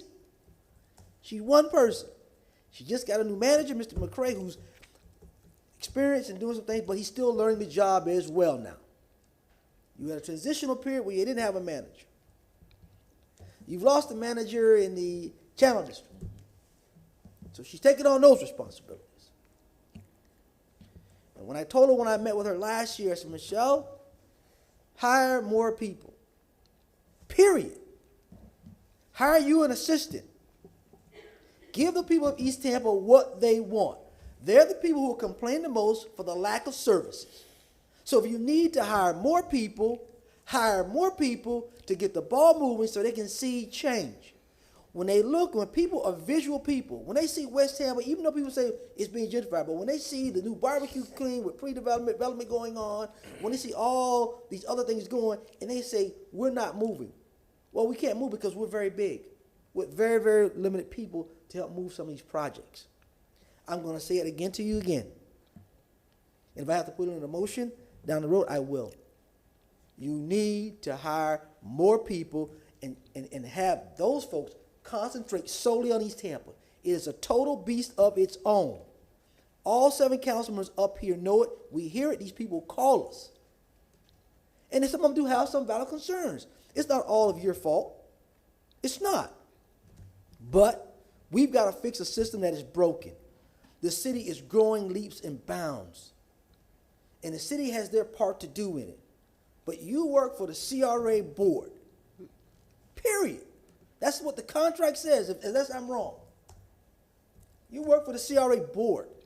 You take your orders from us, period. But you got to work with that staff over there. We understand that. But by the same token, we've told you, East Tampa, 11.4 miles. It's a lot, seven. It's a lot, 7.4, I believe. It's a lot of territory to cover. And you and Cedric alone cannot do it alone. You need a team. If you got to outsource to bring a team in, strictly to deal with East Tampa, you bring that team in. Thank you, Mr. Chairman. I know one thing that you're going to be asking for in September when we talk about budgets. More staffing. Councilman Dingfelder. Two things. And I know Michelle and to Ms. Tate and all the folks in the other room and anybody else who's listening. None of this is easy, as Councilman Carlson indicated. Communication is critical. In talking to Michelle last night and talking to Ms. Fran last night, it appears we do have a little bit of communication breakdown. The last couple of years have not been easy, because of COVID, because of some of the staffing changes and that sort of thing. But we can't make excuses. We have to get things done, have to get things moving, and I think we're all in agreement on that. When I met with Ms. Tate and her folks yesterday, I suggested that they give us tangible things that they're looking for in writing, and I think that's what Ms. Dominic told Mr. Chairman, that she would put these in writing and provide it to us. I think that clearly, as a matter of process, they need to not only put it in writing, but they need to get the CAC board to sign off on those 6 or 7 action items. And they mentioned 90 days. I think that I'm going to mention 90 days right now, because if they provide us a vote from the CAC board, a majority vote from the CAC board, that these are the 6 or 7 or however many action items they want, that I'm going to ask Michelle to come back in 90 days and give us an update on those 6 or 7 items. Or let's say 3 months from now is what are we in, January, February? The April CRA meeting, to come back and give us a report on where we are. I know we're not going to solve those items, I understand, but at least an update and a schedule and a timeline on those things. And maybe we'll have to do that periodically every quarter, just so everybody can keep communicating better. So, and then the other point, and I don't think I want to combine these as a motion, but Mr. Carlson, you indicated appoint council person, appoint CRA member out of the 7 of us to sort of bird dog, that. I don't know if you were volunteering yourself. I don't know if this is something Mr. Massey. Councilman Goods might be interested in. Mr. Massey? Mr. Massey trying to jump in here? Well, the only thing I want to caution the CRA board on is that when you all start going to CAC meetings and participating in the CAC discussion, it does skew the process a little bit, and it also creates a potential issue if more than one of you show up at a meeting and you start discussing the CRA issues at that meeting, because then you're in violation of the sunshine. So I just want to caution how you proceed in that regard legally. So I was thinking about that this morning a little bit, Morris. If it's a noticed CAC public meeting, then I know it's a little unusual for multiple council members to show up, but is it really a violation of yes, sunshine? there's an AG opinion saying that it is a problem. It's a notice CAC meeting. It is not a notice CRA board meeting. So it's a different animal. I understand that. All right, well, we'll set that issue aside. For right now, my motion would be, with all due respect to Michelle, and she and her team do a great job, but to come back in April to respond to the East Tampa CAC's action item requests. and that would be on the April 14th meeting. Correct. We have a motion made by Councilman Dingfelder, seconded by Councilman Good. Shall we have roll call vote, please? Dingfelder, Yes. Carlson, Yes. Maniscalco, Yes. Viera, Goods, Yes. Miranda, Yes, but And that's see- short of the 90 days. Oh, did I- and Well, you said Cedro. 90, and if you look from now to April, it's short of the 90 days. So I don't want the future to say that we How did close, something. Charlie? I'm- 80-something days? No problem. All right, thank you. And Cedro. Yes. Motion carried unanimously. In the spirit of what Councilman Dingfelder was trying to accomplish with those last comments, I am certainly open if someone wanted to be a point person that I have a one-on-one and with monthly to show and discuss where we are as we work towards the 90 days so that you still have in spirit that same kind of concept that there is a check-in and a accountability. Mr. Chairman, Councilman Good. you know, you already do a monthly agenda review with all the councilmen. And I don't want the councilman to be left out. I think you are the department head for us to deal with the CRA. We've given you your marching orders. No different when you come on agenda review and you tell me and I ask you questions, you can give those updates then. I think it's inappropriate for us to be at those meetings like that. It may be a voting issue, what have you. I think it's the process, you are the boss. We've given you a directive. You bring that back to us to agenda review, and we monitor it. But my biggest complaint, and like I've said, and I won't make the motion now, but I want you to go ahead and start thinking now. What is the staff you need to help Cedric over there to move these items, be it outsourced or whatever? What is it going to take if East Tampa has to sit alone on an island with whatever staff they need? Then they can sit alone and get everything hashed out while you continue to work on the other smaller CRAs. So I want you to look at that, and hopefully with the next agenda review, you'll be able to tell all of us how you think you can accomplish that. First, we make a motion today. I think you can do that by you saying this is what we really, really need. I don't care about the money aspect of it. I care about these people who've been martyred for long, many, many years. They want to see a wow. I keep telling everybody it's the wow factor. It's the wow. What do we have substantial? I just looked at the process. Well, you got an RFP for development for affordable housing. That's probably going to be a wow for Drew Park. So what I'm saying to you is they want something that people can say, hey, it's East Tampa. We did it. We got something accomplished on their own from the CEC board. Tree trimming grant is fun. I helped foster that, but they want to have something to say, we did it. We got something done. So that's why I'm asking you to bring that back in reference to what do you need to put them on the island and the staffing you need so they can get what they need. All right? Thank you. Councilman Carlson. Yeah, just to echo and also disagree with some of the comments that have been said, we have to look at this differently than our role in city council. The buck stops with us on all of this. It's 40 million or whatever dollars through these 8 districts. And I think we have to take more of a leadership role. We have to think of ourselves more like the county commissioners or other boards like this. And we are all very action-oriented people. And hearing the feedback we've heard from the last 3 chairs of East Tampa, I think if we weren't sitting on a body of 7, any one of us would have jumped in and worked to fix that issue right away. But if you look at the way things are set up, most of what the CRAs are doing is a passive response from our point of view. We're not providing leadership. Remember 3 years ago we asked for a strategic plan for the CRA, not for the districts, but for the CRA. And we identified that the CACs are advisory, but they're not the board. We're the board. But we don't have any common goals or strategies of what we want to achieve. We've got some basic directions that we put forward. But Mr. Good, you just mentioned the tree trimming. That's an example of leadership. You brought that up, listening to the community, I presume, but you brought that up. You pushed really hard to get that done.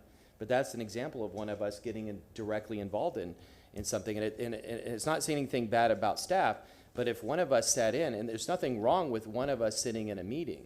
If we have to worry about sunshine, then we warn all of the rest of us not to attend. But, and I think we can attend as long as we don't say anything. Maybe not all of us would attend. But if one of us sat in a meeting with staff and the leadership of the CAC, I think it would be very easy to bring back feedback and say, you know, based on the discussion that happened a minute ago, it seems like we need somebody else to provide some additional feedback. I don't see anything wrong with that. I think it would be a style of leadership similar to what you showed with the trees. And there are other examples on this board of other forms of leadership folks have shown. But somehow we have to get to the point where we're really helping to lead this. We need to base it on feedback from the community, but we have to lead more on where all this money is being spent. Thank you. Just briefly, your current policy states that one of you can attend a CAC meeting if you announce it at the CRA meeting and the purpose for which you're attending.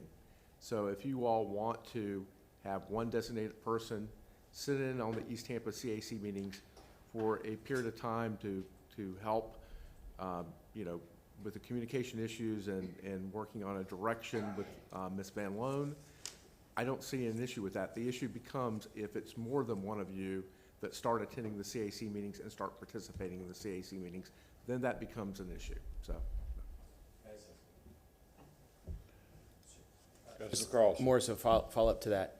Ms. Van Loan invited us to sit and listen to a Zoom meeting or something next week. Are we allowed to do that if we You sit could, passively? yeah, if you all want to sit and listen, but you cannot participate. That becomes the issue.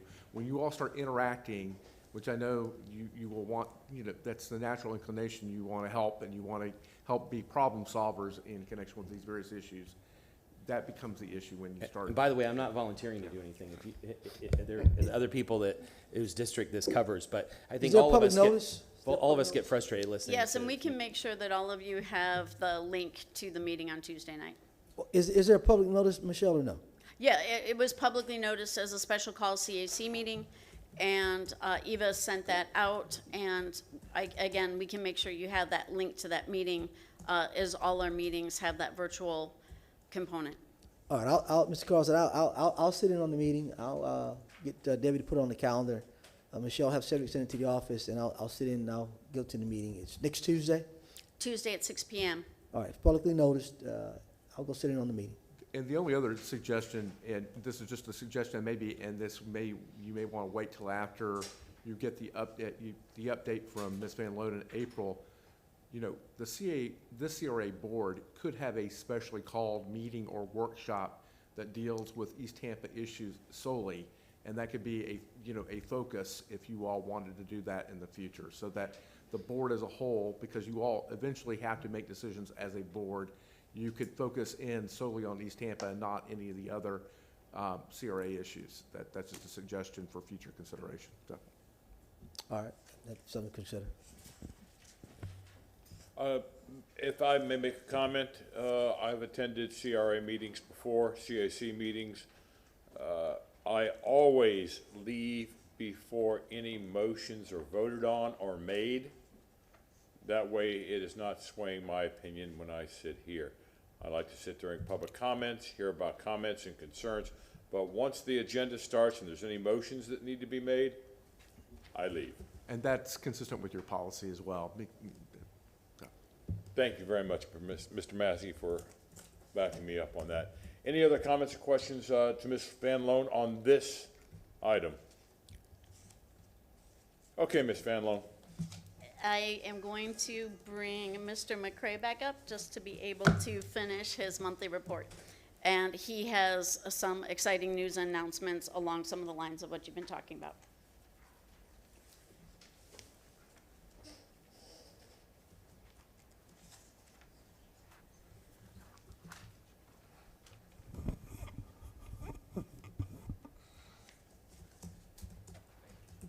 Mr. McCray. Good morning. Okay, first update is on the strategic action plan. We received the draft and have been reviewing it with the consultant. Not final, but the draft was submitted to us in late December. Cedric, can you step forward 6 inches? Thank you. That better? Yes, sir. Oh, okay. Submitted in late December, and we've had some meetings. The members of the CAC have received copies, either hard copies, emails, and or a flash drive with that information. And we will be setting up dates in February and probably early March, workshop dates to discuss and cover the SAP and anything that needs to be added, deleted, so on and so forth with the CAC and the community. Just one of the renderings from the SAP. There's a question. Councilman Goode. Yes, sir. You know, we've heard a lot of comments about the SAP.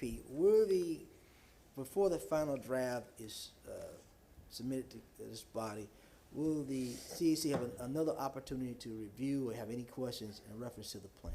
Yes, that's what I was just alluding to in my comments. Just met verbally or talked with Pete Seckler, our consultant with GAI, and we will be scheduling some dates in February as well as beginning of March for community input, comments, and concerns. Thank you, sir. Yes, ma'am. All right. Next. Excuse me, Cedric, I apologize. Just on your question, did we ever vote on item number 3 and the requirements for the Manila Shell grant? I don't believe we have we? Maybe when I was absent for a second. I don't know. No, we haven't done. Okay, We didn't get there yet. we'll do that after we get through. Yeah, we haven't done 3 yet, sir. Yeah, thank you. Thank you.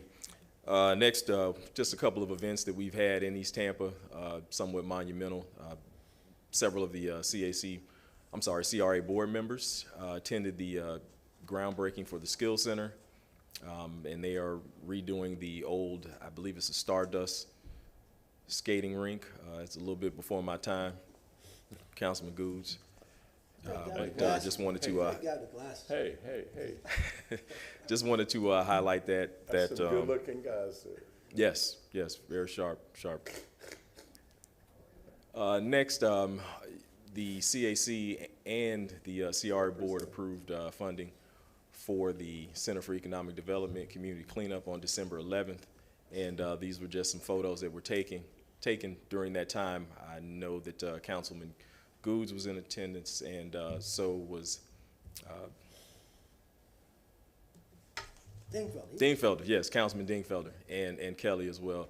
And those are just some of the pictures from a couple of the locations that we saw on that Saturday. And you know, if there is a need for housing rehab and or rebuild, we definitely saw some examples on that Saturday. So I just wanted to highlight that because that was something that was discussed in the month of December. I know that there's been a lot of conversation as it relates to the East Tampa tree trimming grant. Between December and as recently as last week, we have about 40 plus residents that have been approved and contacted by myself and or the tree vendors. And let me tell you some of the conversations I had to acknowledge the fact that, you know, they would be contacted by the vendors. A lot of it was the comments were very positive and pleasant, and the residents are excited that, you know, we've secured the funding and reprogrammed those dollars so that we can move forward, and there will be more to come, and I will try to provide a monthly update as to the numbers and where we are moving forward. Councilman Goods. Cedric, as it relates to the arborists and making sure that we're not getting gouged, how is that working? How is that playing out? I'm sorry, if you could repeat the question one more time. How is have we secured the arborists for the program? How are we making sure we're not gouged anymore? That's one of my biggest things. So our money is not being replenished by somebody who just wants to take advantage of some of our seniors. Yes, we are working on the RFP, and I will talk about that more with when Ms. Ross comes up, and hopefully we will have someone in place or have that RFP out sometime the latter part of February, and we'll come before you, and I'm sure Ms. Van Loan will address that during your individual briefings. But in my meeting with the vendors back in December, as we just kind of got to get to know you, and I believe I mentioned it during the CRA board meeting on December 9th, that was an area of concern that I shared to them, and as I'm seeing the invoices come in and the estimates for approval, I think they understand the message that you know, we definitely want to have some accountability, and every tree that needs to be trimmed or property is not, you know, the $2,500 threshold. Thank you, sir. Yes, sir. Just some photos from some other various events, probably in the picture in the middle, the East Tampa tree lighting, and several of the CRA board members were in attendance, and you know, Councilman Goods right after pushing the button to light the tree. To the top left, I had the pleasure of attending the Jackson Heights Neighborhood Association Holiday Soiree, and that was just one of the activities or games that they had going on during that evening. I believe Councilman Dingfelder was there as well for a moment, and food was really good, and appreciated the invitation and the hospitality. The pictures to the bottom and then to the right are of the On Bikes program, and it's an annual thing where volunteers put together bicycles for residents in Tampa and Hillsborough County, and one of the locations that they chose to distribute bikes was in Grant Park in Highland Pines, and that's some of the pictures that were taken at that time.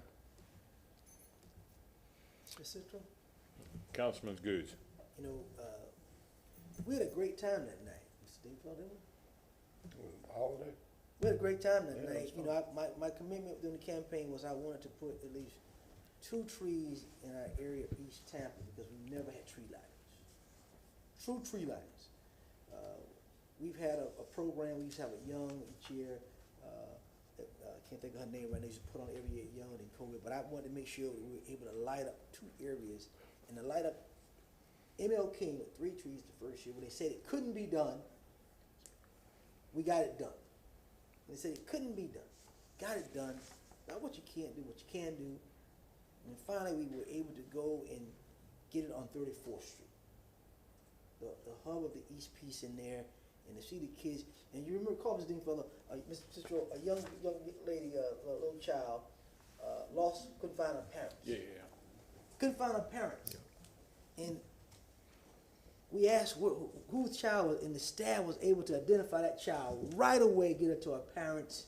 So that shows how the parks work, how the community works, and to see those seniors get out there caroling and singing because they feel it's a brighter day coming for the east side of town. They're hopeful that things are going to turn, and I was just glad to be a part of that and to have the city staff and my colleagues there with me. That was just an joyous occasion that evening. Thank you, Mr. Citro. You're welcome.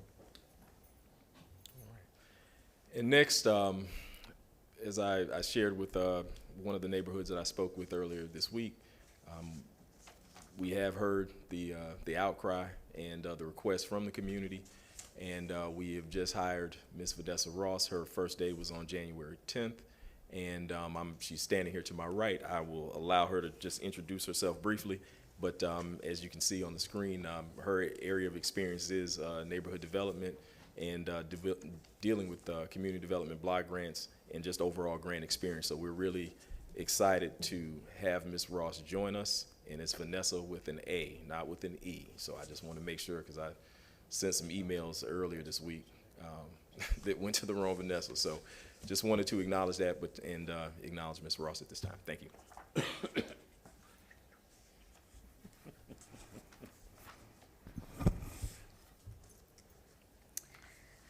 Good morning, Chairman Citro and CRA Board. I just want to say good morning, and I'd like to say that I am really grateful and I am anxious for the opportunity to come to East Tampa, to roll up my sleeves and to work with the community and getting those activities and programs off the ground. We are working diligently right now and trying to get the background and foundational work done for the owner-occupied rehab program. That's my first priority.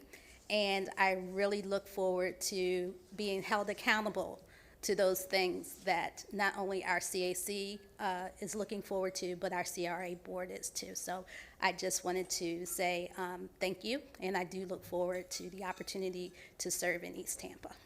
I'd like to allow all the board members to welcome you, Councilman Dingfelder. Thank you, thank you, Mr. Chairman, and definitely welcome, Vanessa. It might have been circulated, I didn't see it, and I apologize, but what's your background? Where are you coming to us from, and what's your forte? My forte is community development. I have been with the city of Valdosta, Georgia for the last 10 years in the capacity of neighborhood and community development. I've worked with everything from the Community Development Block Grant Program to land banking to economic development. So we had a very, very small shop that was responsible for everything under the one house. So we had to touch just about everything that is being done in the community. So I have a wealth of experience, maybe trial by fire, by developing our community. Well, that sounds great. We welcome you with open arms, and especially just as long as you shed those red Georgia colors and put on orange and blue down here. So welcome aboard. Thank you. Green and gold. And green, well, barely green and gold. Green and gold, you're in Tampa. Councilman Goods. I was looking for a press conference, Mr. McCray. Is that still, we're going to introduce us to the community? Yes, we are looking to do something tomorrow morning, tentatively at 11 o'clock. And I will, as soon as we're working with some folks to get the press release completed and out, and as soon as we have that, we will definitely notify all the members of the CRA board. Well, one thing I can say, I'm happy she made a mention about land banking, which, you know, I talked about that in 2019 when I first got here, and we've kind of starting to institute that with the mayor's office, and hopefully the CRA will do the same, because I think that's critical. If we own the property, we're able to dictate what happens in our communities. And I think if she has that kind of experience, that's going to help us to be able to revitalize the East Tampa portion of our communities. So welcome aboard, Ms. Vanessa. Councilman Carlson. Yeah, I just want to say welcome aboard. Look forward to meeting you and working with you, and anything you or your team need, I'm happy to help with my individual basis or whatever. You're working with a great team of people. I'm still excited that Cedric's back, and Michelle Van Loom's a top professional with lots of varied experience also. This might be a slightly different structure than you're used to, and as you see, we're still wrestling with how to operate it. But with the mayor's blessing 3 years ago, we more formally separated the CRA, and we're trying to, I think, build a culture that really listens to the community and responds to the community, and we're more focused on neighborhoods. This is a council that and board that really listens to neighborhoods and thinks about quality of life, and it's not just about equity, it's also about economic development and not gentrification, which has happened a lot in the past, but we know that that entrepreneurs and people these days want to work in the most livable communities, and East Tampa has a rich heritage, lots of great architecture and a rich culture, and we want to build on that to enhance it and make life better for everybody. Thank you. Thank you. Councilman Mascalco. Thank you very much, Mr. Chairman. I'm really glad that we have someone with so much experience such as yourself to join our team. We've spoken at length this morning about East Tampa and the roles of the CRA and how much work we have to do. And I'm glad that you're here with Cedric and others. You're surrounded by very good, very knowledgeable individuals that know this community. I know you will be welcome with open arms, but I also know that you'll be hitting the ground running because, again, there's a lot of work to do, and we're glad that you're with us. Thank you. Thank you. Thank you very much. Yep, just wanted to just echo what everyone said and welcome you here, ma'am, and look forward to working with you. Thank you. I always say that whoever works for the city is part of the family. Welcome to the family. Let's hope that in show business, there's a thing called triple threat. If you can sing, dance, and act, you're a triple threat. In hockey, if you make 3 goals, that's a hat trick. I'm hoping that you can write grants. And that way you will be the triple threat. Welcome, and I hopefully will be there tomorrow when you are introduced to the community. Great. Thank you very much for being part of the family. Look forward to it.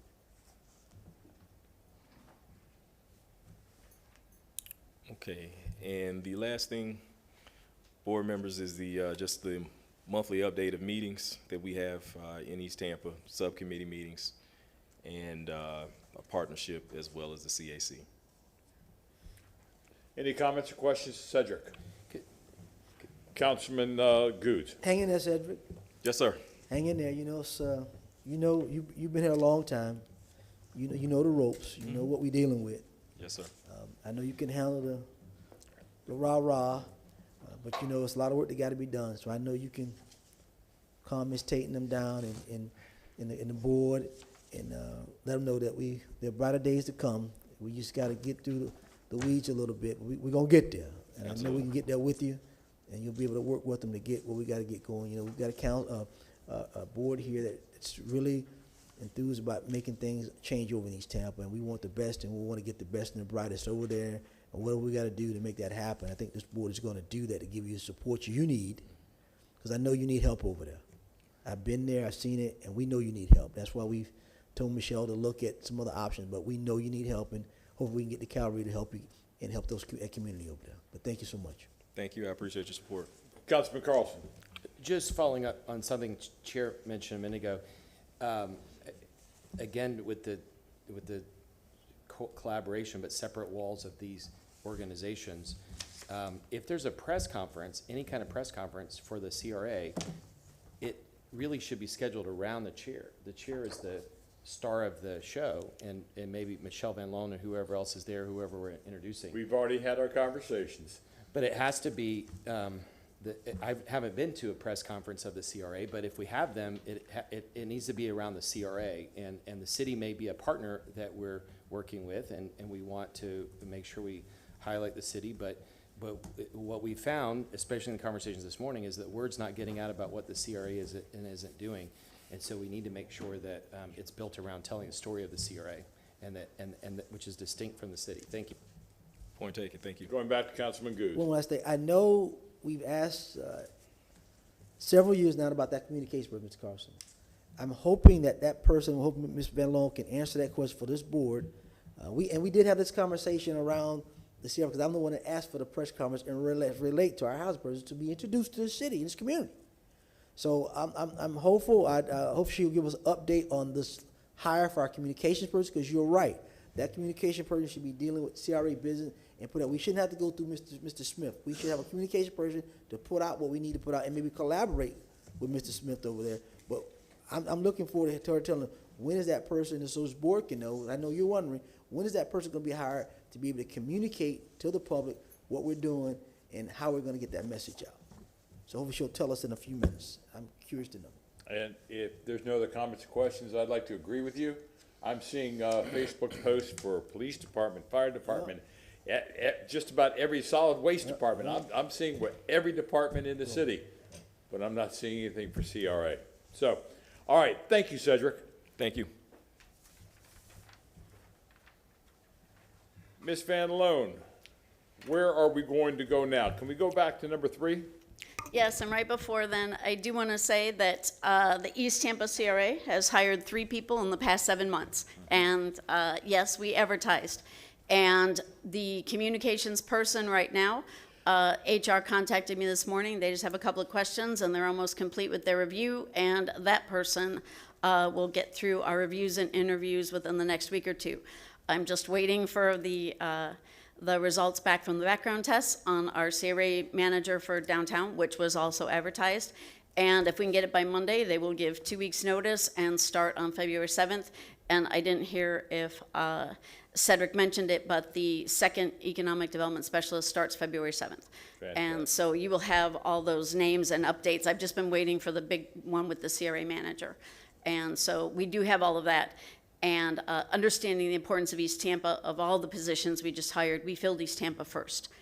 So I filled in on the other CRAs so that we could focus on getting East Tampa up and running before the others. And the position that assists me is the last one that I have been hiring. So we're working towards the community needs first. Thank you. Thank you. Would you like to explain agenda item number 3? Sure. Item number 3 is a vanilla shell grant. This is our first vanilla shell grant. West Tampa created a program to help get some of the vacant spaces ready for tenants. Dr. Wright came for a facade grant last month. Her building is on Main, right between Howard and Albany. It's one of the older buildings, and she's taking the building and creating tenant rental spaces. And so this shell grant will help her with some of the build out, creating those tenant spaces. They did build into their grants, and we'll talk to you when we come back in February with an overall policy that applicants can stack, but there's a maximum of 75,000. So even though the Shell grant can pay more than that, between the two grants, they max out at 75,000. And so we're asking for approval of this grant. Motion approved. Second. I have a motion to approve from Councilman Good, seconded from Councilman Maniscalco. Is there any comments or any questions? Roll call vote, please. Carlson. Yes. Maniscalco. Yes. Viera. Goods. Yes. Miranda. Yes. Dingfelder. Yes. And Cedro. Yes. Motion carried unanimously. Thank you very much. Item number 4 is for... One second, Ms. Oh, Van sorry. Loan. Councilman Dingfelder. Before we spend too much time on item number 4, two things. I'd like to make a motion to defer this to next month. And the reason being is, A, there's been a little bit of pushback from folks in the East Tampa. B, Michelle, no fault of your own, but it appears there was a little bit of paperwork issues as related to making sure all the documentation was in SIRE, and just some communication problems, I guess.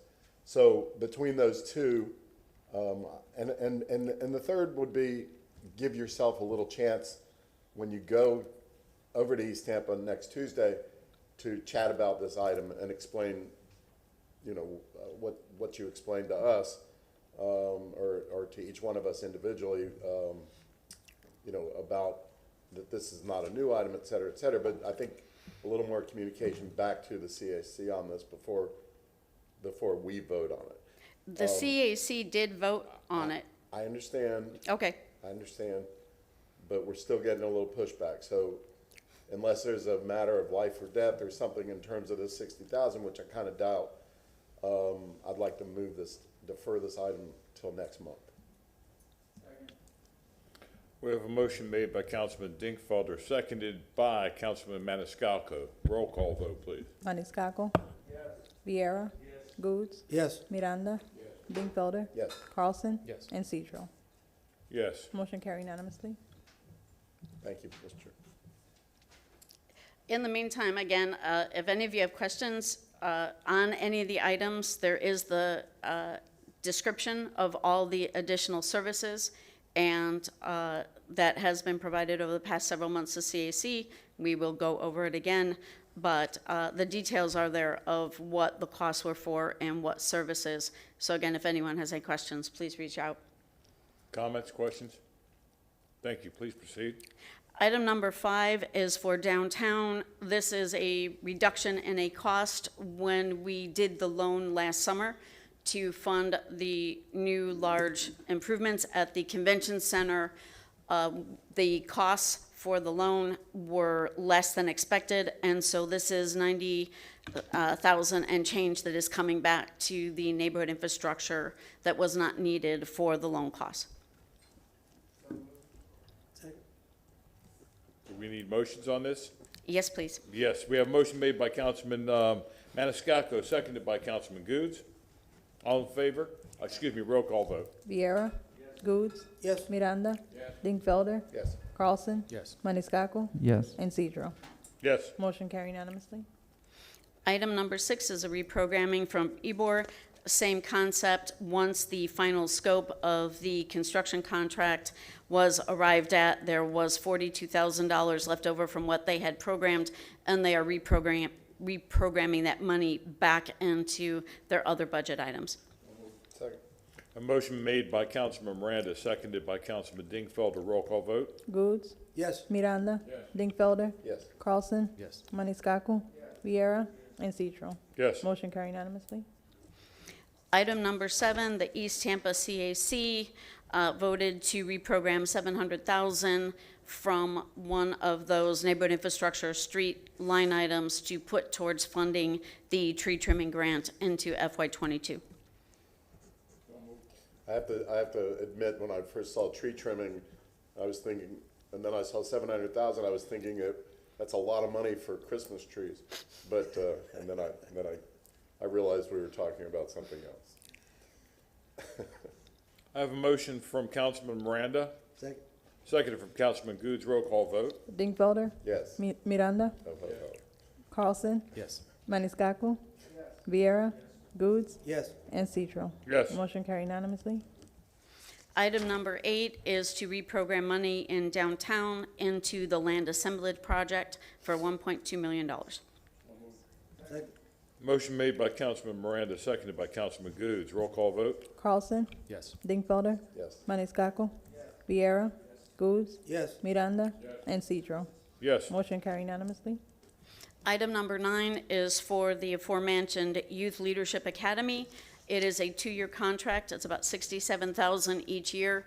That does include monthly programs for the students. They are fed, they have mentors, they have topics every month, and they will be engaging in a community improvement project. And we can cancel the contract with 30 days notice like several of our others. We're very excited about this program.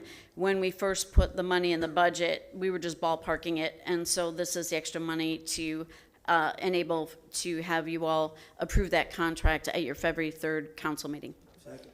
Motion made by Councilman Miranda, seconded by Councilman Goods. Roll call vote. Maniscalco? Carlson? Yes. Viera? Goods? Yes. Miranda? Dingfelder? Yes. And Citro. Yes. Motion carried unanimously. Item number 10 is a request by the East Tampa CAC to create a slight edit in the tree trimming program. We have had applications from residents or property owners who own more than one property, and there is such a backlog of applicants that they're requesting that at least while we have this backlog and for equity purposes, that we only allow each property owner in East Tampa to be able to apply for or receive a grant once every 36 months.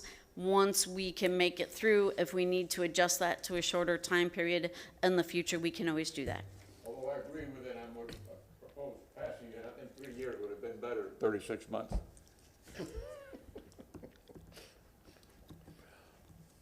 Do we have a motion?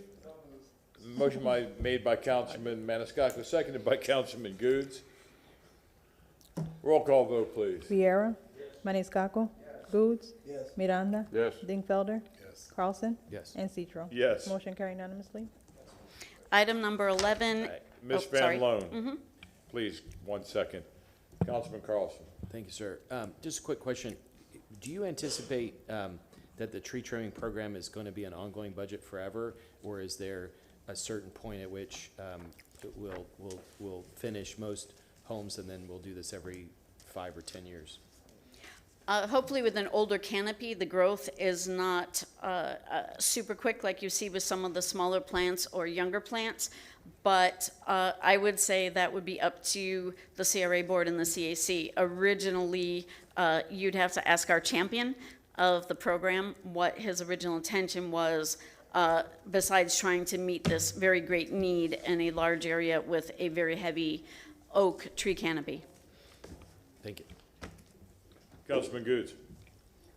Well, as you know, you look on the east side of town, it's not like some of the other areas where people have cut trees and back. I mean, it's because they're very expensive to do. And a lot of them are falling into yards and it's calling it an eyesore. You look in the Sulphur Spring area, I wish we had a CRA up there to help them do the same thing because it's worse up to there. So I think until we can get it under control, Mr. Carlson, I think it's working. The people they're loving it because they have an opportunity to where they can actually get that thing off the roof. So until we kind of get under control, I think we can keep it in place. And once we kind of get under control, I think we can probably CEC and we can evaluate it then. But right now, I'm just glad it's in place and keep it there till we get under control. Go ahead, Ms. Van Loan. Item number 12 are appointments to the Channel District CAC. Kim Paleo. I read them all and I approve. We have a motion made by Councilman Miranda, seconded by Councilman Maniscalco. Roll call vote. Goods? Yes. Miranda? Yes. Dingfelder? Which item are we voting on? 12. 12. What happened to 11? We skipped 11. We'll have to go back to 11 after you voted on this. I was going to mention that to you all. All right, yes on 12. Carlson? Yes. Maniscalco? Yes. Viera? And Citro. Yes. Motion carried unanimously. Item 11, sorry, we started it and then stopped for a question. Item number 11 is the actual reprogramming of the funds of the grant you approved at the December CRA board meeting for the CDC of Tampa to build those 4 affordable homes on North 48th Street. Second. I have a motion made by Councilman Goode, seconded by Councilman Miranda. Roll call vote. Viera. Goode. Goode. Yes, I'm sorry. Miranda. Yes. Dingfelder. Yes. Carlson. Yes. Maniscalco. Yes. And Cedro. Yes. Motion carried unanimously. Item number 13 are 2 appointments to the Drew Park CAC. So moved. Second. We have a motion made by Councilman Maniscalco, seconded by Councilman Miranda. Roll call vote. Miranda. Yes. Dingfelder. Yes. Carlson. Yes. Maniscalco. Yes. Viera. Goode. Yes. And Cedro. Yes. Motion carried unanimously. Number 14 are 5 appointments for the Channel District CAC. Second. Motion made by Councilman Miranda, seconded by Councilman Maniscalco. Roll call vote. Dingfelder. Yes. Carlson. Yes. Maniscalco. Yes. Viera. Goode. Yes. Miranda. And Cedro. Yes. Motion carried unanimously. Item number 15 is a request by the Central Park CRA and the Channel District CRA to be included in the facade grant program. Central Park did budget money in the FY22 budget to be able to fund that program, and Channel District will do the same at the February meeting once they know they've been included. There are a few minor edits in there, as I mentioned earlier, that are referencing and adding tenants due to the unique nature of most of the retail spaces in the Channel District. And we also had a correction to a reference of the section of the Code of Ordinances for zoning uses. So moved. There's a motion made by Councilman Maniscalco, seconded by Councilman Miranda. Any discussion? I just wanted to remind everybody, I'm against the facade program. I think the money can be better used elsewhere and in a historic grant program or something else, but not facades thing, so I'll vote against it. Is it just in this CRA, or is it other CRAs around the city as well? I'm against all of it. Like in Ybor, they're historic buildings, and so I vote for those. And in other areas, when it's a historic building, I vote for it. But I think that it should be a historic preservation grant or something like that, not a facade grant. I think it's too much money spent on the facade program. Remember 3 years ago, I tried to get rid of it completely, and you all didn't agree. And I know you have your own reasons for being in favor of it, but I think there are other things that we could do with the money, so, thank you. And my reasons have helped out, it is shown over the years. Again, we have a motion from Councilman Maniscalco, seconded from Councilman Miranda. Roll call vote. Carlson. No. Maniscalco. Yes. Viera. Goode. Yes. Miranda. Dingfelder. Yes. And Cedro. Yes. Motion carried. Carlson voted no. Item number 16 are the appointments for Central Park, and we're very excited. I don't want to play favorites, but we're very excited about the addition of Miss Gloria Jean Royster and Miss Ursula Odom and Danielle Joyce and Mr. David Hollis. Central Park has had a tough time meeting quorum because of the number of members, so we're very excited to see so many new applicants to the Central Park CAC. Second. Some good people. I was going to say that. Motion made by Councilman Miranda, seconded by Councilman Maniscalco. Roll call vote. Maniscalco. Yes. Viera. Goode. Yes. Miranda. Yes. Dingfelder. Yes. Carlson. Yes. And Cedro. Yes, and those are, I'm sorry, go ahead. Motion carried unanimously. And those are 4 great names that I'm sure will bring great things to that organization. Item number 17 are the appointments to the Tampa Heights Riverfront CAC. Motion approved. Motion made by Councilman Goode, seconded by Councilman Miranda. Roll call vote. Viera. Yes. Goode. Yes. Miranda. Dingfelder. Yes. Carlson. Yes. Maniscalco. Yes. And Cedro. Yes. Motion carried unanimously. Thank you very much. I have one last item on the East Tampa Owner-Occupied Rehabilitation Grant Program. I sent you all both the program guide that you approved and then also the draft RFP. I had a request from one of the CRA board members that the RFP be edited. It currently states that only nonprofits would be eligible to respond as the third-party provider, and the request was made to include for-profit businesses. And so before we move forward with that, because we did send this to all of you, we wanted to make sure that there were no objections to that change. Any comments or questions? Thank you, Ms. Van Loan. And that is all for staff. Thank you. I thank you very much for your presentations today. Board members, do we have any information reports or new business? Councilman Carlson. Sorry to talk so much today. The Tampa Union Station, you know, I think we all love the building and the facility and love the idea of mass transit.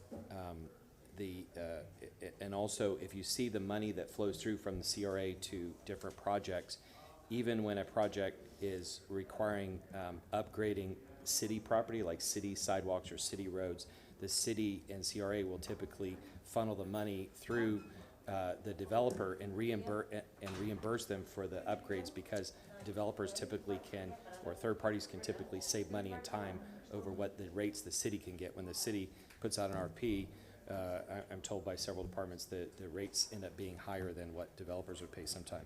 With that in mind, the Friends of the Tampa Union Station would like to accelerate their renovation project with the windows and other things. There's an urgency to it because of the rain and everything that's happening there. The problem is that they don't have a lease on the building.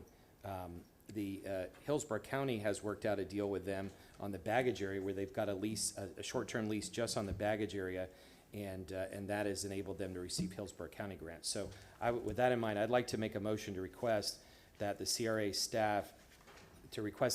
staff collaborate with the City of Tampa to work with Friends of Tampa Union Station to potentially create a short-term lease that would enable the CRA to save time and money by outsourcing renovations to Friends of Tampa Union Station, consistent or similar to the Friends of Tampa Union Station agreement with Hillsborough County. Before you all vote on the motion, and it's fine if you vote on the motion, but I did want to make it clear to you all that because of a court decision that we were on the losing end of, any disposition that would include leasing, even short-term leases of any property within a city CRA, we have to go through an RFP process, which could delay things further. So I just want you all to be aware of that. So this is asking them to work with and collaborate, and if it doesn't work out, it doesn't work out, but they requested that I at least ask this.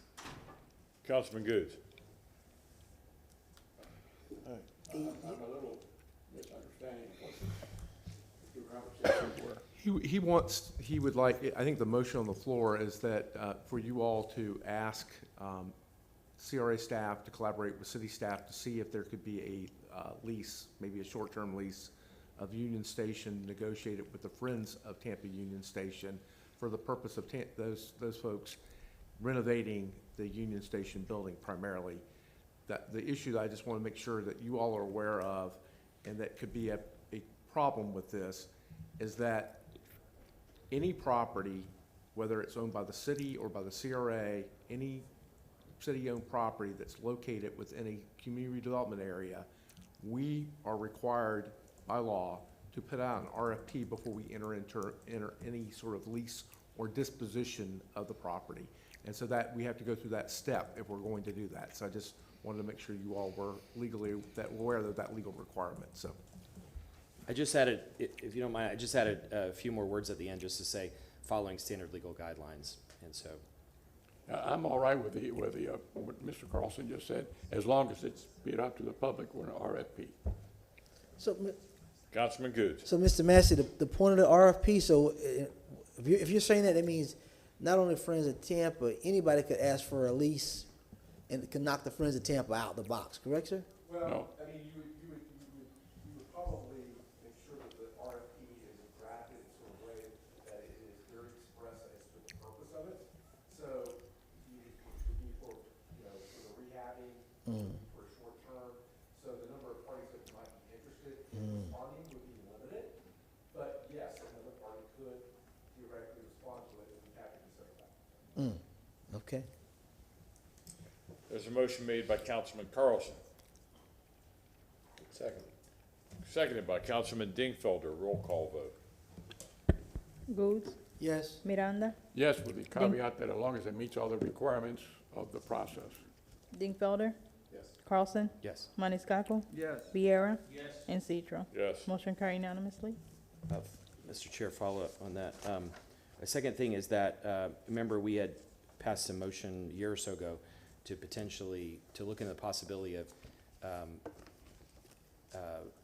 banking better use of the extra space in Tampa Union Station and potentially having a coffee shop or co-work space and other things. Friends of Tampa Union Station have also said that it would be better, they provided some preliminary plans for the basic renovations with the city and CRA, but what they'd like to do is go ahead and provide plans for what they would consider at least the structure of the renovation, moving some walls and other things to open it up for the possibility of using the extra space so that all the work could be done at the same time instead of breaking it apart 2 or 3 different times. And so, at their request, I would like to make a motion to ask that CRA staff request that Friends of Tampa Union Station develop a concept plan and cost estimates for renovations required at Tampa Union Station to add the coffee shop and co-work space. Additionally, request that CRA staff and Friends of Tampa Union Station report back to the CRA board at the March 10 meeting on the updated budget and timeline with the intent to save time and money while limiting disruption at the station. Second. And let me say this, it was many years ago, if you think it's in bad shape now, it was in worse shape then. And there was a lot of expense, and there was a big shindig of the opening of the Union Station. So I agree with what you're saying, everything changes, and the neighborhood is certainly getting better, and the Union Station does need an upgrade. And let me just clarify something too also, and again, if you all want to move forward with the motion, that's fine.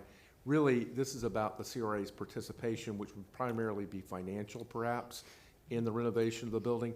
It is a city-owned building, so any renovation plans, anything like that would have to be approved on the, across the courtyard. So I just want to make sure you all are aware of that, so. Almost sounds like we could do a facade grant where the city puts up 50% and CRA puts up 50%. It sounds simple to me, just saying. Okay, we have a motion made by Councilman Carlson, seconded by Councilman Miranda. Roll call vote. Miranda, Yes. Dingfelder, Carlson, Yes. Maniscalco, Yes. Viera, Goods, Yes. and Citro. Yes. Motion carried unanimously. Thank you all. Let's go around the room. Councilman Vieira. Councilman Maniscalco. Councilman Dingfelder. Yes, sir. Just one minor thing, Michelle. Your memos to us are great, very comprehensive and everything. When we get the attached memos during our regular council meetings, they have an additional line that says fiscal impact. And you've probably seen those during our regular council meetings. For some reason, our CRA memos, as the first exhibit on the attachment to SIRE, doesn't have that. You never used to get memos. I started the memos, all you used to get were just the attachment that showed the from and to line, but we can certainly add that. Yeah, the memos are real helpful. It's a good place to quickly glance and say, oh, that's what this item's about. But if you could add fiscal impact, that'd be great, unless there's any objection. Thank you. Councilman Goods. No. Councilman Miranda, nothing from me. Move to receive and file. Motion to receive and file. All in favor say aye. Aye. We are adjourned. Thank you, gentlemen. Then the world wanna know what this all about, but you know I'm here.